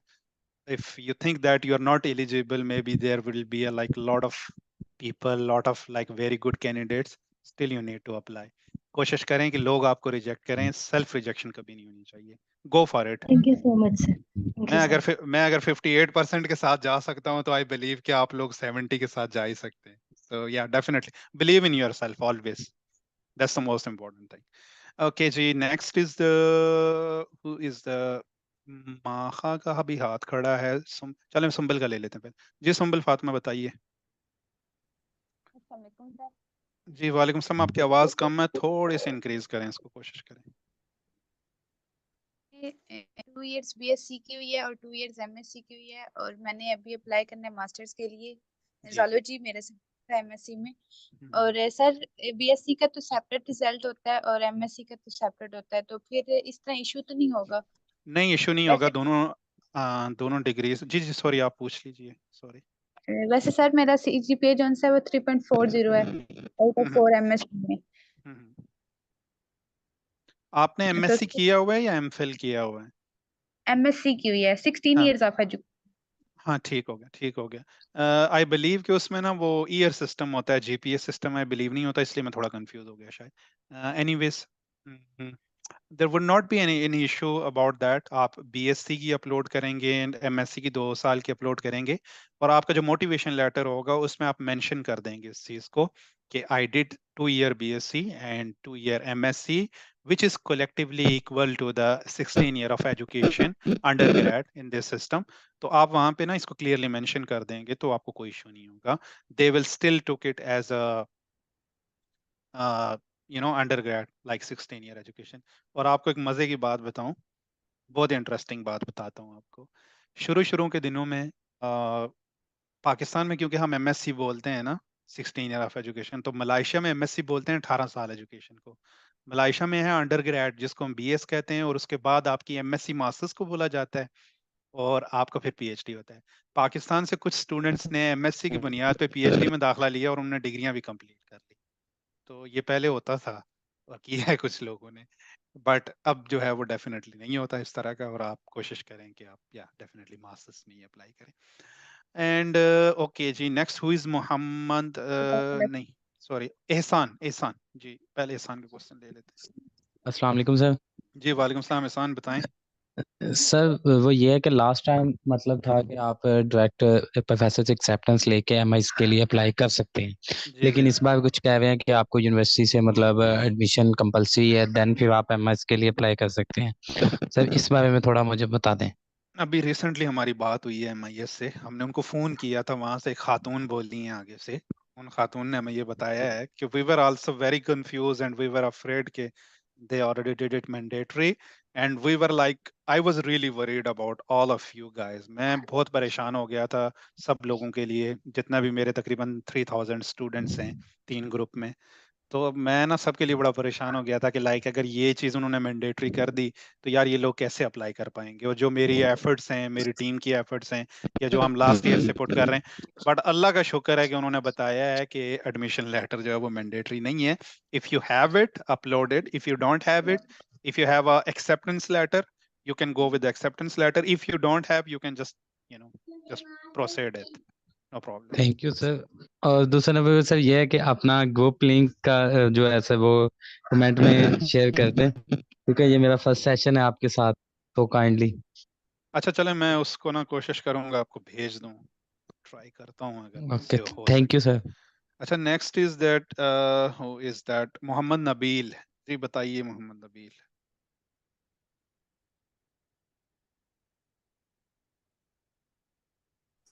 जी मोहम्मद नबील बताइए। Thank you for your nice session. हाँ जी नबील।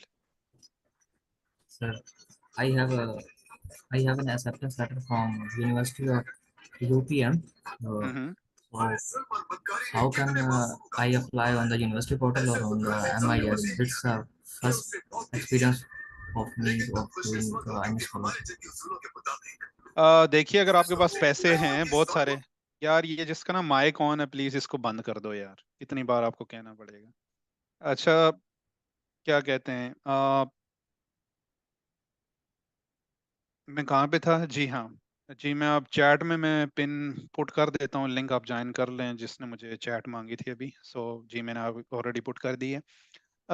अच्छा, आपके पास अगर पैसे बहुत सारे हैं तो यूनिवर्सिटी के पोर्टल पे अप्लाई कर दें, क्योंकि पैसे लगते हैं, फीस लेंगे, फीस के बगैर जो है वो आपको एडमिशन लेटर नहीं देंगे वो। और अगर आपके पास पैसे नहीं हैं तो अभी MIS में अप्लाई करें, अगर आपकी सिलेक्शन हो जाती है then they will give you 3 months to get the admission. So yeah Okay, sir. Okay okay. जी who is next? Is the Hina. Hina बताइए। अस्सलाम वालेकुम सर। जी वालेकुम अस्सलाम। सर मेरी स्पेशलाइजेशन ना बेसिकली ऑर्गेनिक केमिस्ट्री में है, मैंने सिंथेसिस में रिसर्च किया है। तो मुझे सिंथेसिस की यूनिवर्सिटीज नहीं मिलती कि उसकी फील्ड ही नहीं है, ज़्यादा इनऑर्गेनिक और कैटालिसिस वगैरह की हैं। Yes, I would agree with you up to some extents के मोस्टली यूनिवर्सिटीज जो काम कर रही हैं, जैसे कि मेरी वाली यूनिवर्सिटीज में भी ऑर्गेनिक के बहुत ही कम लोग थे। But try university of Malaya, university of Malaya, UTM university technology Malaysia, UPM university पुत्रा मलेशिया, इन तीन को UITM यूनिवर्सिटी टेक्नोलॉजी मारा, ये 4 यूनिवर्सिटीज चेक करें। इसके साथ USM भी ट्राई करें, यूनिवर्सिटी साइंस मलेशिया। इन 4 में आपको होपफुली ऑर्गेनिक के डिपार्टमेंट मिल जाएंगे। सर एक दफा नाम रिपीट कर देंगे? यूनिवर्सिटी ऑफ मलाया, UMIT और USM, और कौन सी है? जी UM, UPM में भी ट्राई करें, UTM की भी ऑर्गेनिक काफ़ी अच्छी आई बिलीव है। इसके अलावा UITM में भी आई बिलीव कुछ लोग काम कर रहे हैं ऑर्गेनिक पे। लेकिन ओवरऑल मलेशिया में डेफिनेटली आपकी बात ठीक है कि ऑर्गेनिक में कम लोग हैं as compare to analytical, polymers and physical chemistry, और इनऑर्गेनिक इसमें ज़्यादा लोग हैं। But definitely you can find some on these 4-5 universities. फिर भी अगर नहीं कोई मिलता ऑर्गेनिक का तो मुझे ज़रूर बताइएगा आप, ठीक है? जी सर। और सर एक क्वेश्चन और कि मैंने बहुत से प्रोफेसर्स को मेल किया लेकिन मुझे रिस्पॉन्स नहीं आया किसी से भी। अगर किसी से आता है तो वो कहते हैं कि हमारे पास स्कॉलरशिप अवेलेबल नहीं है। हाँ, उनको ये बताएं ना कि स्कॉलरशिप मैं खुद अप्लाई कर रही हूँ MIS के लिए, तो मुझे आपकी फ़िलहाल स्कॉलरशिप की ज़रूरत नहीं है। आप जस्ट मुझे एक काइंड ऑफ एक्सेप्टेंस लेटर दे दें। अगर एक्सेप्टेंस नहीं है तो एक ईमेल में ही, जो एक हम कहते हैं कि फॉर्मल ना भी हो तो ईमेल में ही जो एक्सेप्टेंस है बस उसी को आप PDF करके तो अपलोड कर दो। That would be the great. या जी सर, ठीक है, शुक्रिया। ओके जी। जी उम्मे हबीबा बताइए।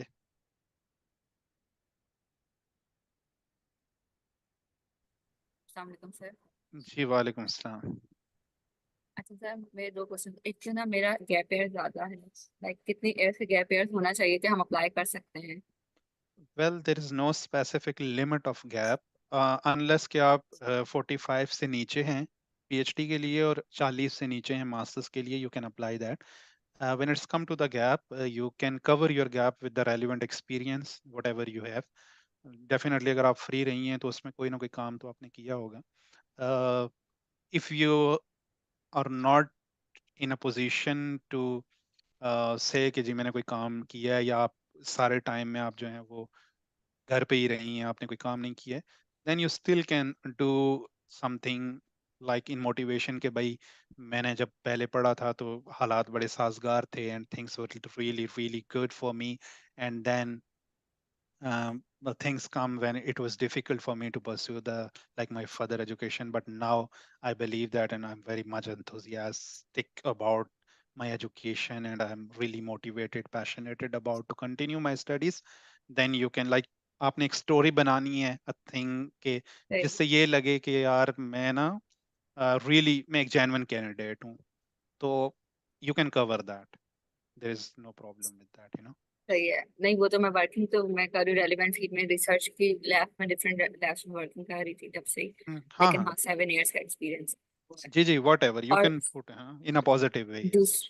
दूसरा ये कि ये MIS और MTC इन दोनों में क्या डिफरेंस है? अगर मेरी फील्ड बायोटेक्नोलॉजी है तो मैं प्रेफरेंस किसको दूँ, MIS में अप्लाई करूँ या MTCH में अप्लाई? MTCP सिर्फ मास्टर्स के लिए और MIS PhD और मास्टर्स दोनों के लिए है। तो MTCP के लिए आपको एडमिशन लेटर चाहिए यूनिवर्सिटी का, MIS के लिए आपको एडमिशन लेटर नहीं चाहिए। सो दोनों का PDF पढ़ें thoroughly, PDF मेंशन है, दोनों का वेबसाइट पे मेंशन है, सारी गाइडलाइंस मेंशन है। उसके बाद आप डिसाइड कर सही सकती हैं कि आपको किसके लिए अप्लाई करना चाहिए। वैसे ग्रुप में भी हमने बहुत डिस्कशन सही कर ली है इसके ऊपर। आई बिलीव आप ग्रुप में हम्म शायद नहीं है या हैं, आई डोंट नो। है ग्रुप में ज्वाइन किया है, अभी रिसेंटली ज्वाइन किया। Okay okay okay, that would be great. Yes. ठीक है। अब बाकी सीजीपीए का तो मसला नहीं है ना कोई, जैसे मेरी 3.2 सीजीपीए आईएलटीएस भी है मेरे पास अभी जी जी, second year। 3 से अगर ऊपर है तो आप अप्लाई कर सकती हैं MIS पे। MTCP नहीं कर सकती, MTCP की 3.5 रिक्वायरमेंट है जी। सही ओके, ठीक है, thank you so much. Welcome जी। मोहम्मद ज़िया। अस्सलाम वालेकुम सर। जी वालेकुम अस्सलाम। ज़िया बताइए। जी सर, मेरा जो बैचलर है मैंने बायोलॉजी में की है, और हमारी जो रिसर्च थी मतलब मैं उसी को आगे लेके जाना चाह रहा हूँ। नैनो पार्टिकल्स की एप्लीकेशन थी for medical purposes, drug delivery के लिए हम उसको यूज़ कर रहे थे। तो अब इस तरह के प्रोफेसर मतलब इस फील्ड के प्रोफेसर मुझे डिपार्टमेंट ऑफ बायोलॉजी में बहुत कम मिल रहे हैं। मतलब केमिस्ट्री के डिपार्टमेंट में मिल जाते हैं, या इसके अलावा डी फार्मेसी में मैंने कुछ प्रोफेसर देखे हैं। एक को मैंने मेल किया, उन्होंने रिप्लाई भी किया है कि मेरे पास मतलब अभी मैं मजीद फंडिंग नहीं है, तो मैं मजीद को रिक्रूट नहीं कर सकता अभी। तो सर कहने का मतलब है कि इसमें कोई प्रॉब्लम तो नहीं होगा कि मैं अगर उन डिपार्टमेंट में चला जाऊं, या अगर मैं उनको सिलेक्ट करूं, जैसे आप बता रहे थे कि पाकिस्तान में फिर वापसी पे आपके लिए प्रॉब्लम होता है। वेल इसका आंसर मैंने पहले भी किया। आई थिंक एक शायद फीमेल थी जिन्होंने ये क्वेश्चन किया था। तो you have to think ahead of that कि मेरा ना इन फ्यूचर मेरे क्या गोल्स हैं। अगर in future you need to return back to Pakistan and you want to serve in Pakistan, then you need to consider all these things कि भाई मेरी फैकल्टी सेम होनी चाहिए, डिपार्टमेंट सेम होना चाहिए। But if you really want to go out of Pakistan and you want to explore the world, तो दुनिया सारी में और कोई ऐसा मुल्क नहीं है जो आपको ये रिस्ट्रिक्शन लगा के जॉब से निकालेगा कि भाई तुम्हारी प्रीवियस डिपार्टमेंट या तुम्हारा प्रीवियस फैकल्टी, वो आपका नॉलेज देखेंगे, आपकी रिसर्च देखेंगे, उसके बाद आपकी हायरिंग करेंगे। But unfortunately again I will repeat that कि पाकिस्तान में अभी भी हम वही फरसुदा जो हमारी सोच है कि भाई अगर मैट्रिक में मैथ पढ़ा है तो मैट्रिक के बाद FSC में भी मैथ ही पढ़ना चाहिए, और फिर BSc में भी मैथ, MSc में, MPhil में भी मैथ, और PhD में भी मैथ ही होना चाहिए। इधर उधर नहीं जाना आपने। लाइक आपको एक वो है। तो unfortunate, this is very unfortunate, but it's reality. हम सिस्टम नहीं चेंज कर सकते, but definitely we can consider and we can think ahead of the things. क्योंकि ये आपके कैरियर का मसला है, ये कि गपशप है नहीं, मजाक है नहीं। तो आपने इस चीज़ को बड़ा सीरियसली होके देखना है, और try to find, first priority यही रखें कि आपको अपने डिपार्टमेंट अपनी फैकल्टी से जो है वो लोग मिल जाएं। That would be the great. और सर एक और क्वेश्चन है कि हम MTCP और MIS दोनों के लिए क्यों नहीं अप्लाई कर सकते? जैसे कि अभी मेरा CGPA है वो 3.85 है, तो फिर मैं मेरा इरादा था उसमें भी अप्लाई करने का, तो लेकिन आप नहीं, कहते हैं कि दोनों में दोनों नहीं में कर सकते, अप्लाई नहीं कर दोनों में सकते नहीं आप कर तो। सकते। सिंगल सेशन में आप एक में ही अप्लाई कर सकते हैं। मेंशन है क्लियरली, उनकी वेबसाइट पे कहीं ना कहीं मेंशन है, so you can read about that. जी, who is the next one? Is the Numira. जी नुमीरा बताइए। जी वालेकुम सलाम। आपकी आवाज़ कम है थोड़ी सी, आप ना इसको बढ़ाने की कोशिश। Can you hear me? जी जी, आई कैन हियर। जी सर, मुझे ये कंफर्म करना था कि मेरे पास USM का एक्सेप्टेंस लेटर है प्रोफेसर का, और वो मुझे इंसिस्ट यही कर रही हैं कि आप अपनी MIS एप्लीकेशन में अक्टूबर 2024 का मेंशन करें कि आपने मास्टर्स यहाँ से आके स्टार्ट करना है। बट सर आप कहते हैं कि मार्च का मेंशन करें, जो हमारा ग्रेजुएट नहीं, स्कूल है USM में। देखें मैं जी आपको जी ये कह रहा हूँ कि आप इधर you can put the October, इधर you can put the March, both are good. मैं ये नहीं कह रहा हूँ कि आप मार्च, मैं ये कह रहा हूँ कि आपकी एक्सटेंशन मार्च तक जा सकती है। It's good. अक्टूबर में ये होता है कि अक्टूबर में अगर आपकी सिलेक्शन हो जाती है तो आपको बहुत भागना पड़ता है, आपके पास टाइम बड़ा कम होता है, वीजा प्रोसेस ये ना, उसमें हसल बहुत ज्यादा हो जाती है।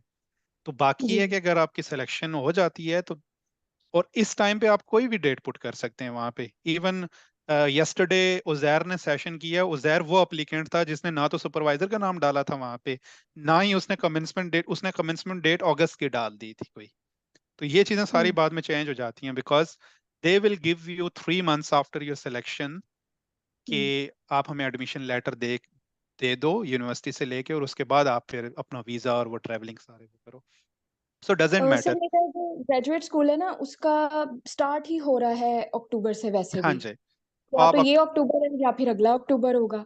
जी जी, आप अक्टूबर पुट कर लें वहाँ पे। डेफिनेटली MIS में आप अक्टूबर पुट कर लें उनको, ताकि अगर इन केस आपकी सिलेक्शन हो जाती है, I really hopeful and pray for you कि आपकी हो जाए, तो फिर आप you can join any time, no problem at all. Yes okay, thank you sir, thank you. जी उसके बाद हमारे पास हैं जी Realme RM-X3521। नाम तो नहीं पता है भाई कौन है। हेलो, जी अस्सलाम जी वालेकुम। जी वालेकुम सलाम जी बताइए। सर मेरा क्वेश्चन है कि मैं MIS में अप्लाई करना चाहती हूँ मास्टर्स के लिए ठीक हो क्लिनिकल गया, साइकोलॉजी। सही तो हो गया। लेकिन वहाँ पर मुझे UPM यूनिवर्सिटी में फैकल्टीज तो मिल रही हैं, ठीक है, लेकिन मुझे डिपार्टमेंट रेलिवेंट नहीं मिल रहा।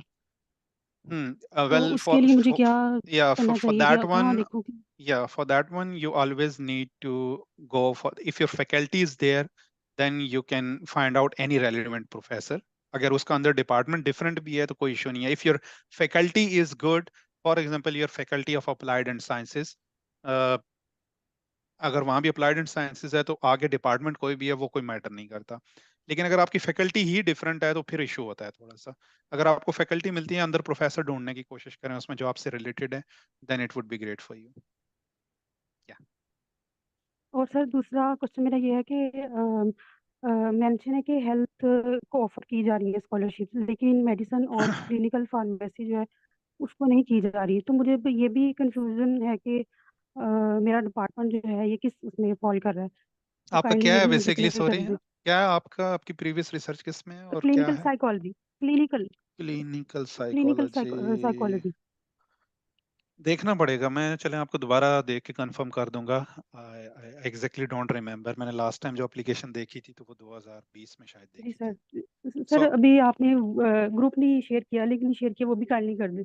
मैंने कर दिया हुआ है चैट में, आप देख लें, मैंने लिंक कर दिया। जी सर, थैंक यू। जी excuse me sir, I have a question. Sorry sir, मैं दोबारा बॉदर कर रही हूँ।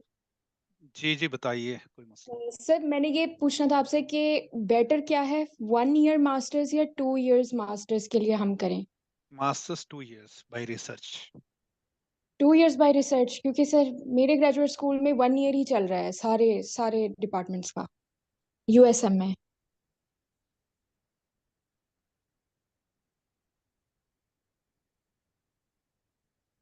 सर आपकी आवाज नहीं आ रही है।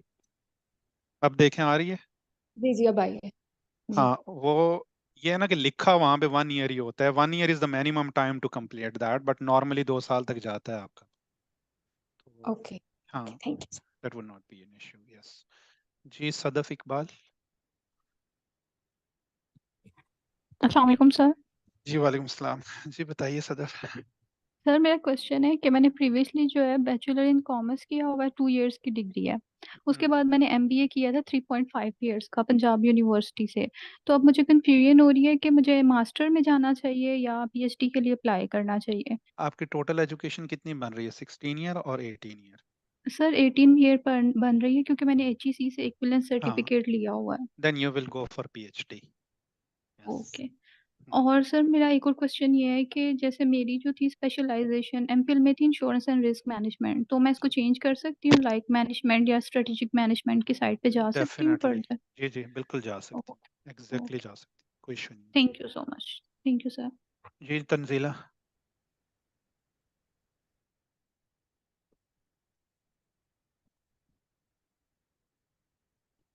तंजीला अगर आप हमें सुन सकती हैं so you can unmute your mic. Yes.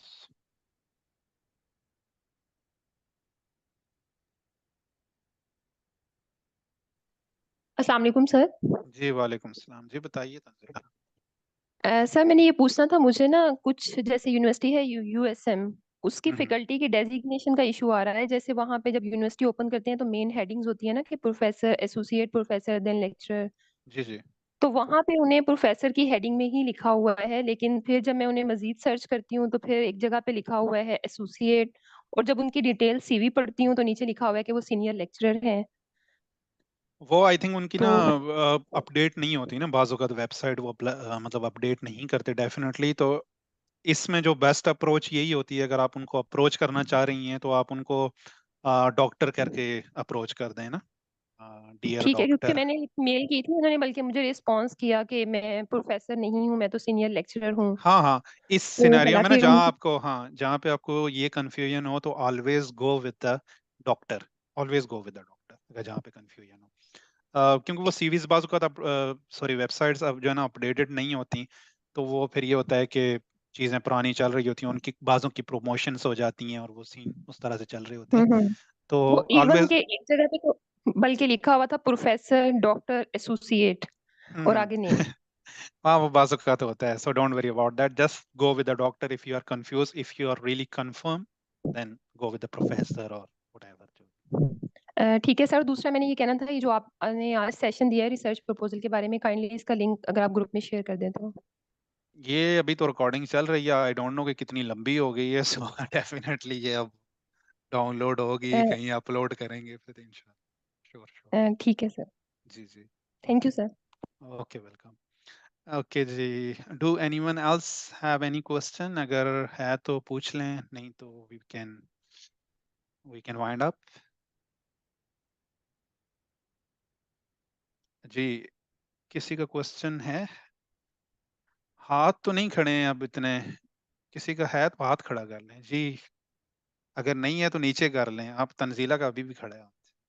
Okay real me आप भी नीचे कर लें जी। मोहम्मद नबील शरीफ, आपका आई थिंक मैंने ले लिया ना question, if I am not mistaken. जी अतीका इफ़त, जी अतीका बताइए आप। अस्सलाम वालेकुम सर। जी वालेकुम अस्सलाम। जी अतीका।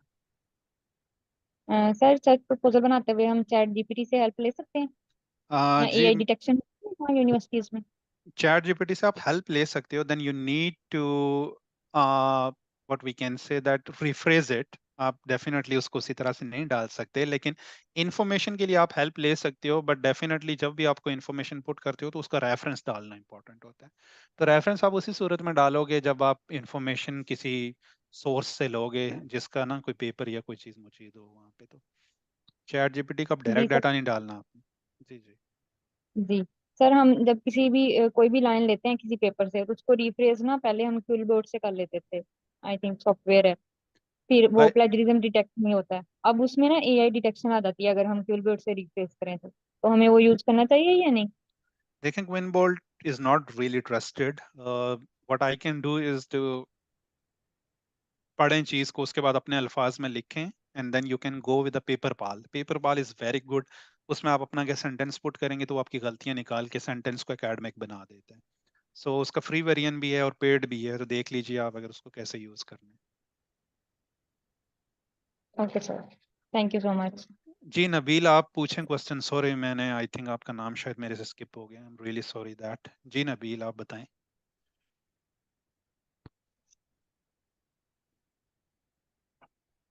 नबील आप सुन सकते हैं हमें? If you can hear us you can speak now.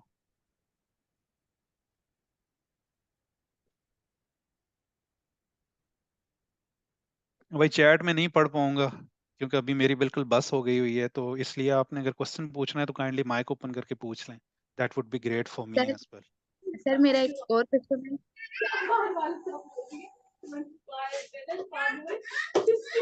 जी तो ये किसी के बच्चे रो रहे हैं, एक तो ये बड़ा रोला है। हाँ जी बच्चे चुप हो गए। सर मेरा ये क्वेश्चन है कि एमएससी में हम लोगों ने रिसर्च नहीं की थी, एक रिसर्च रिपोर्ट ही थी, वो भी हमारे सब्जेक्ट का पार्ट था, रिपोर्ट राइटिंग वाले में तब की थी। तो सर इससे कोई इशू तो नहीं होगा कि मतलब प्रीवियस रिसर्च नहीं, थीसिस वगैरह हमने नहीं किए हुए? नहीं इश्यू तो नहीं होगा। The most important thing if you can develop a good research proposal तो मैटर नहीं करता। अगर आपका रिसर्च प्रपोजल अच्छा है, आपकी ओवरऑल एप्लीकेशन अच्छी है, तो इससे नहीं मैटर करता।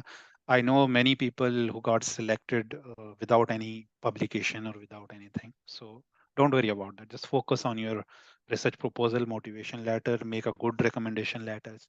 Overall, improve your quality of application as much as you can. If you can get the admission letters, do it. If you can get the acceptance letter, do it. If you have a IELTS, it's a good thing.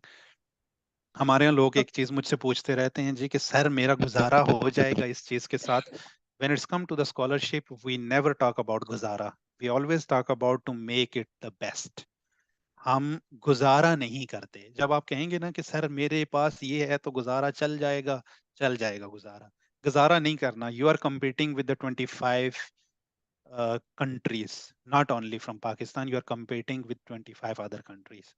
आप अगर 25 other countries के साथ compete करना है तो it's mean you have to make your application up to mark, तभी जाके आपकी selection. So always keep in yes sir. Mind. जी ओके अलिशबा रुबाब, या बताइए। अस्सलाम वालेकुम सर। जी वालेकुम सलाम। सर मेरा बीएस केमिस्ट्री का 7th सेमेस्टर है और एग्जाम होने वाले हैं, और सर हमारा जो मेजर चूज करवाया गया है वो एनालिटिकल केमिस्ट्री में है। ठीक हो गया। तो सर मैं जो रिसर्च प्रपोजल है वो जस्ट एज अ प्रैक्टिस लिखना चाह रही हूँ, क्योंकि सर ये मेरे सेशन भी मैं अगर आपको बताऊँ तो फर्स्ट सेशन है जो मैंने ज्वाइन किया है। तो आप मुझे कोई प्रॉब्लम जो सजेस्ट कर दें जिनके ऊपर मैं ये प्रैक्टिस कर सकूँ। नहीं, मुझे तो कोई प्रॉब्लम भी नहीं आती है, मेरे पास ऑलरेडी जो है वो बहुत सारी प्रॉब्लम्स हैं, तो एनालिटिकल केमिस्ट्री की कोई प्रॉब्लम एनीवेज मजाक से हट के ये है कि आई वुड सजेस्ट आपको कि आप try to read some of the papers from your research analytical से रिलेटेड, कोई भी एरिया जो आपको अच्छा लगता है।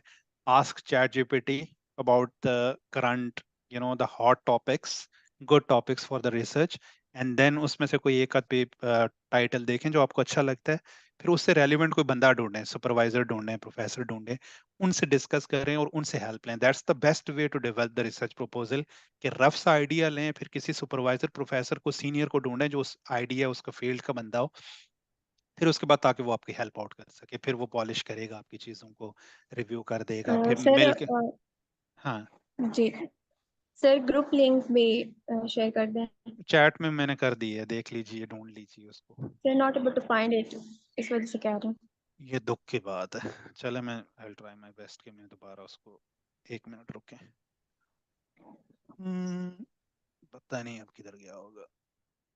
जी मैंने पेस्ट कर दिया, आई होप कि हो गया होगा। जी जी क्विकली जो है ना, हम थोड़े से और क्वेश्चन ले ही लेते हैं यार, किसी का शिकवा ना रह जाए कि बाद में सर मेरा क्वेश्चन आपने नहीं लिया। जी नेक्स्ट इज मोहम्मद, नहीं मोहम्मद नहीं, दानिश असलम। जी अस्सलाम दानिश। वालेकुम सर। वालेकुम सलाम जी दानिश, बताइए। सर मैंने रिसेंटली बीएस मैथमेटिक्स किया है, ठीक तो हो गया। सर मैंने 7th 8th सेमेस्टर में रिसर्च नहीं की सर, मुझे बड़ा प्रॉब्लम आ रहा है रिसर्च प्रपोजल बनाने में, तो इसमें इसलिए आपकी गाइडेंस चाहिए थी सर। तो ये सारा जो हमने आज किया है 2-3 घंटे का, ये क्या था? ये तो गाइडेंस ही सर थी ना। सर मुझे लिंक कभी भेजा, मैं किसी ग्रुप में भी नहीं था सर, मैं ये सब सडनली आया हूँ सर। शाबाशें, इसमें मैं कुछ नहीं कर सकता कि आप अभी आए। मैं रिकॉर्डिंग जो है ना बाद में कहीं पे अपलोड कर लूंगा, तो आपने सुन लेनी है। मैं अब आपको पूरा नहीं एक्सप्लेन कर सकता, मेरी एनर्जी अभी बिल्कुल जीरो है। चलें सर, ठीक है हाँ, ठीक मैं अभी है बिल्कुल भी उस पे दोबारा नहीं जा सकता, बिकॉज चलें इट्स ठीक है been like around I think 2 hours continuously speaking. Yes, so ठीक है सर, ठीक है सर। okay. जी who is the next one? एक मिनट। जी फातिमा। अस्सलाम वालेकुम सर। जी वालेकुम सलाम। सर मैंने ये पूछना था कि मुझे ना इसमें काफ़ी प्रॉब्लम आ रहा है कि जो सुपरवाइजर है उसको एक्सेप्टेंस लेटर के लिए उसको कैसे बेस्ट वे है उसको अप्रोच करने का, वो भी हमारे डिपार्टमेंट के मतलब रिलेटेड हो, जैसे मेरा एग्रीकल्चर है और मेजर मेरा हॉर्टिकल्चर है। एग्रीकल्चर के लिए मैं सजेस्ट करूंगा यूपीएम को देखें। यूपीएम एग्रीकल्चर यूनिवर्सिटी है मलेशिया की, उनके पास बहुत फंड्स होते हैं, उनके पास बहुत बड़ी फैसिलिटीज हैं एग्रीकल्चर से रिलेटेड।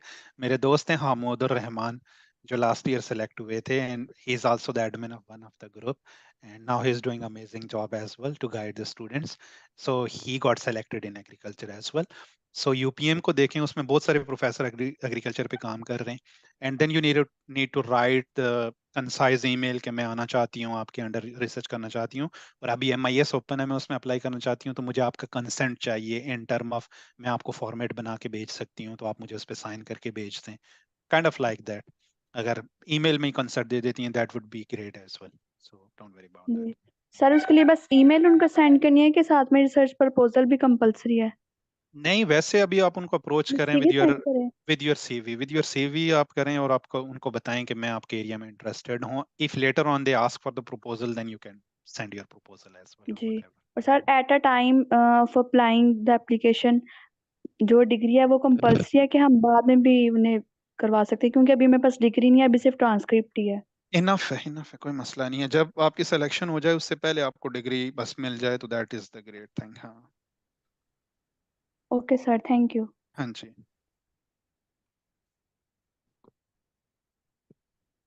ओके जी, so let's come. Talha ji, Talha बताइए। सर सर जी मेरे 2-3 क्वेश्चंस हैं। फर्स्ट ऑफ ऑल है कि मेरी ना फिजिकल एजुकेशन एमएससी है। आपको आवाज नहीं आ रही मेरी? जी जी आ रही है, मैं कह रहा हूँ एक ही सांस में तीनों क्वेश्चन पूछ लें आप। अच्छा ठीक है। अच्छा, पहला क्वेश्चन मेरा ये है कि आपने ये बताना है कि मेरे पास ना 5 यूनिवर्सिटीज है, मैंने सर्च किया है अकॉर्डिंग टू गाइडलाइन बुक के। तो जो स्पोर्ट्स साइंस से रिलेटेड ना करवा रही हैं, ऑफर कर रही हैं, तो उनमें आपने मुझे बताना है कि कौन सी अच्छी यूनिवर्सिटी है, किसमें मतलब फंड वगैरह ज्यादा अवेलेबल है या करना देखें, चाहिए। सेकंड ये है कि अच्छी फीस से बुरी के मैं रिलेटेड था बारे में, कि आप हाँ अच्छी बुरी मैं इसका आंसर कर देता हूँ, फिर आगे जाइएगा, क्योंकि आपने क्वेश्चन ही बहुत अजीब से कर लिया। मैं आपको अच्छी बुरी के बारे में नहीं बता सकता, उसके लिए गूगल है। आप गूगल पे सर्च करोगे कि टॉप यूनिवर्सिटीज इन मलाइशिया, आपको मिल जाएंगे उसकी टॉप यूनिवर्सिटीज। मलाइशिया की 5 बड़ी रिसर्च यूनिवर्सिटीज हैं, university of Malaya, USM, UKM, UTM, UPM. ये 5 बड़ी यूनिवर्सिटीज हैं उनकी। यूटीपी भी अच्छी है, उसके बाद देन आपकी अदर यूनिवर्सिटीज आती यही है। हाँ, दूसरा क्वेश्चन क्या आपका, ये बताइए। यही है, यही 5 कर रही हूँ। दूसरा ये था फीस से रिलेटेड, आपने लास्ट टाइम बताया था कि इन्होंने मस्ट कर दिया है कि जो आपने फीस पे करनी है ये नहीं मस्ट है, अप्लाई करते हुए, क्या वो नहीं अभी भी मस्त है है वो, या खत्म हमने हो गया? नहीं नहीं नहीं नहीं मस्ट हमने है। बात की है चीज, नहीं मस्त है, मैंने अभी इसको डिस्कस किया 2-3 दफा कर चुका हूँ इसको डिस्कस। आप I don't know where where you, लेकिन ये है कि ठीक, डिस्कस कर चुका मैं अभी अभी अभी ज्वाइन हुआ था इससे। Thank you. हूँ। हाँ, ये दुख की बात है कि आप अभी ज्वाइन हुए। अच्छा जी, इज देयर एनीवन एल्स? अगर नहीं है तो फिर हम इसको एंड करते हैं। जी, अपने हाथ नीचे कर लें सारे लोग। ओके, अगर किसी का क्वेश्चन है तो अभी भी मैं दे रहा हूँ आपको। 9:53 हुए हैं, 7 मिनट और देता हूँ आपको। अगर किसी का क्वेश्चन है तो माइक ऑन करके पूछ लें, otherwise you can leave the chat, या you can leave the session as well. जी, मैं थोड़ी देर रुक जाता हूँ अगर किसी का कोई क्वेश्चन आ जाता है सो। अस्सलाम वालेकुम सर। जी वालेकुम सलाम, देखें आ गया मोहम्मद ताला जी, बताइए। सर मेरा एक क्वेश्चन है कि उसमें लिखा हुआ है कि आपके जो डॉक्यूमेंट्स हैं वो सर्टिफाइड हो, तभी आप उसको स्कैन करके अपलोड कर सकते हैं। लेकिन सर अगर कोई ओरिजिनल डॉक्यूमेंट्स स्कैन करके अपलोड करे तो क्या वो चल जाएगा?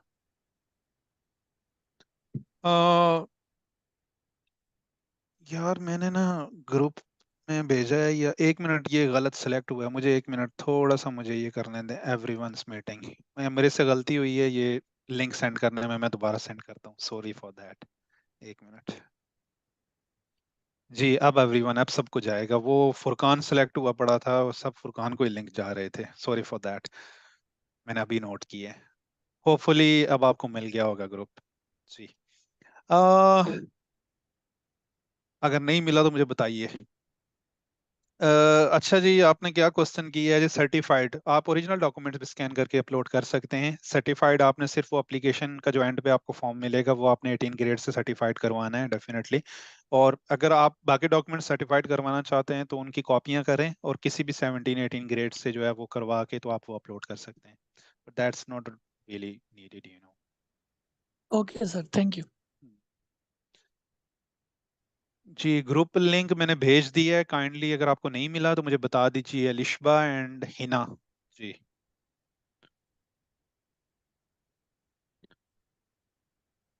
Is there anyone else who can ask anything? Otherwise मैं ना इसको खत्म करता हूँ अभी। हाँ जी, मिल गया, ठीक हो गया जी, अच्छा हो गया, अच्छा हो गया। ओके जी, सी यू एवरीवन, और अल्लाह आपको कामयाब करे, खुश रखे, एंड हंसते मुस्कुराते रहें, कोशिश करते रहें, मेहनत करते रहें, और अपने हिस्से का जो है वो काम करते रहें, अपने हिस्से की शम्मा जलाते रहें। फराज साहब ने कहा था कि शिकवा जुल्मत शब से तो कहीं बेहतर था अपने हिस्से की कोई शम्मा जलाते जाते। सो हम सब ने अपने अपने हिस्से की शम्मा जलानी है। एंड एंड पे एक बात और कहूँगा कि there is no shortcut for the success.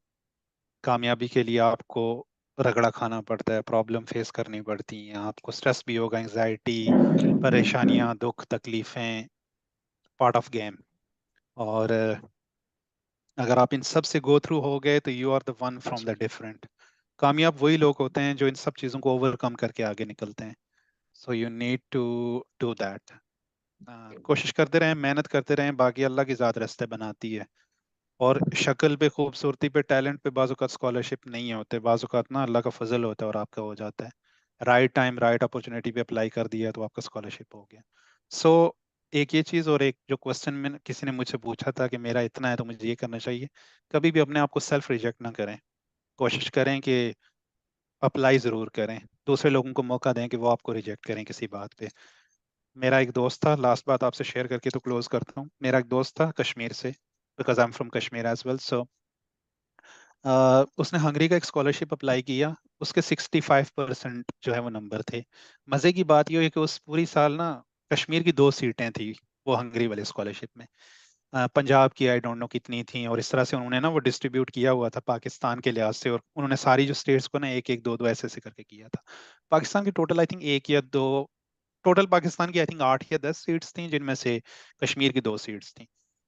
तो उस टाइम जब उसने अप्लाई किया, 2015 की बात आई बिलीव, और किसी ने अप्लाई नहीं किया उस स्कॉलरशिप पे, और उस बंदे का स्कॉलरशिप हो गया and he completed his bachelors from डेब्रेसन।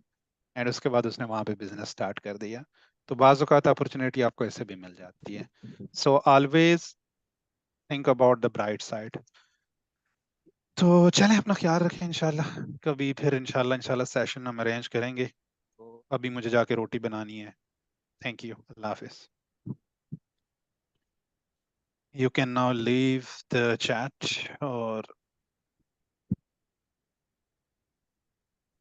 और जो लोग शुक्रिया अदा कर रहे हैं, आपका बहुत शुक्रिया कि आप आए। It's really need a lot of energy to come and listen. मैं तो बोलता ही रहा हूँ, आपने सुना कुछ नहीं है। और सॉरी, आपने सुना है, और सुनना बहुत मुश्किल होता है। सो टेक केयर, अस्सलाम वालेकुम।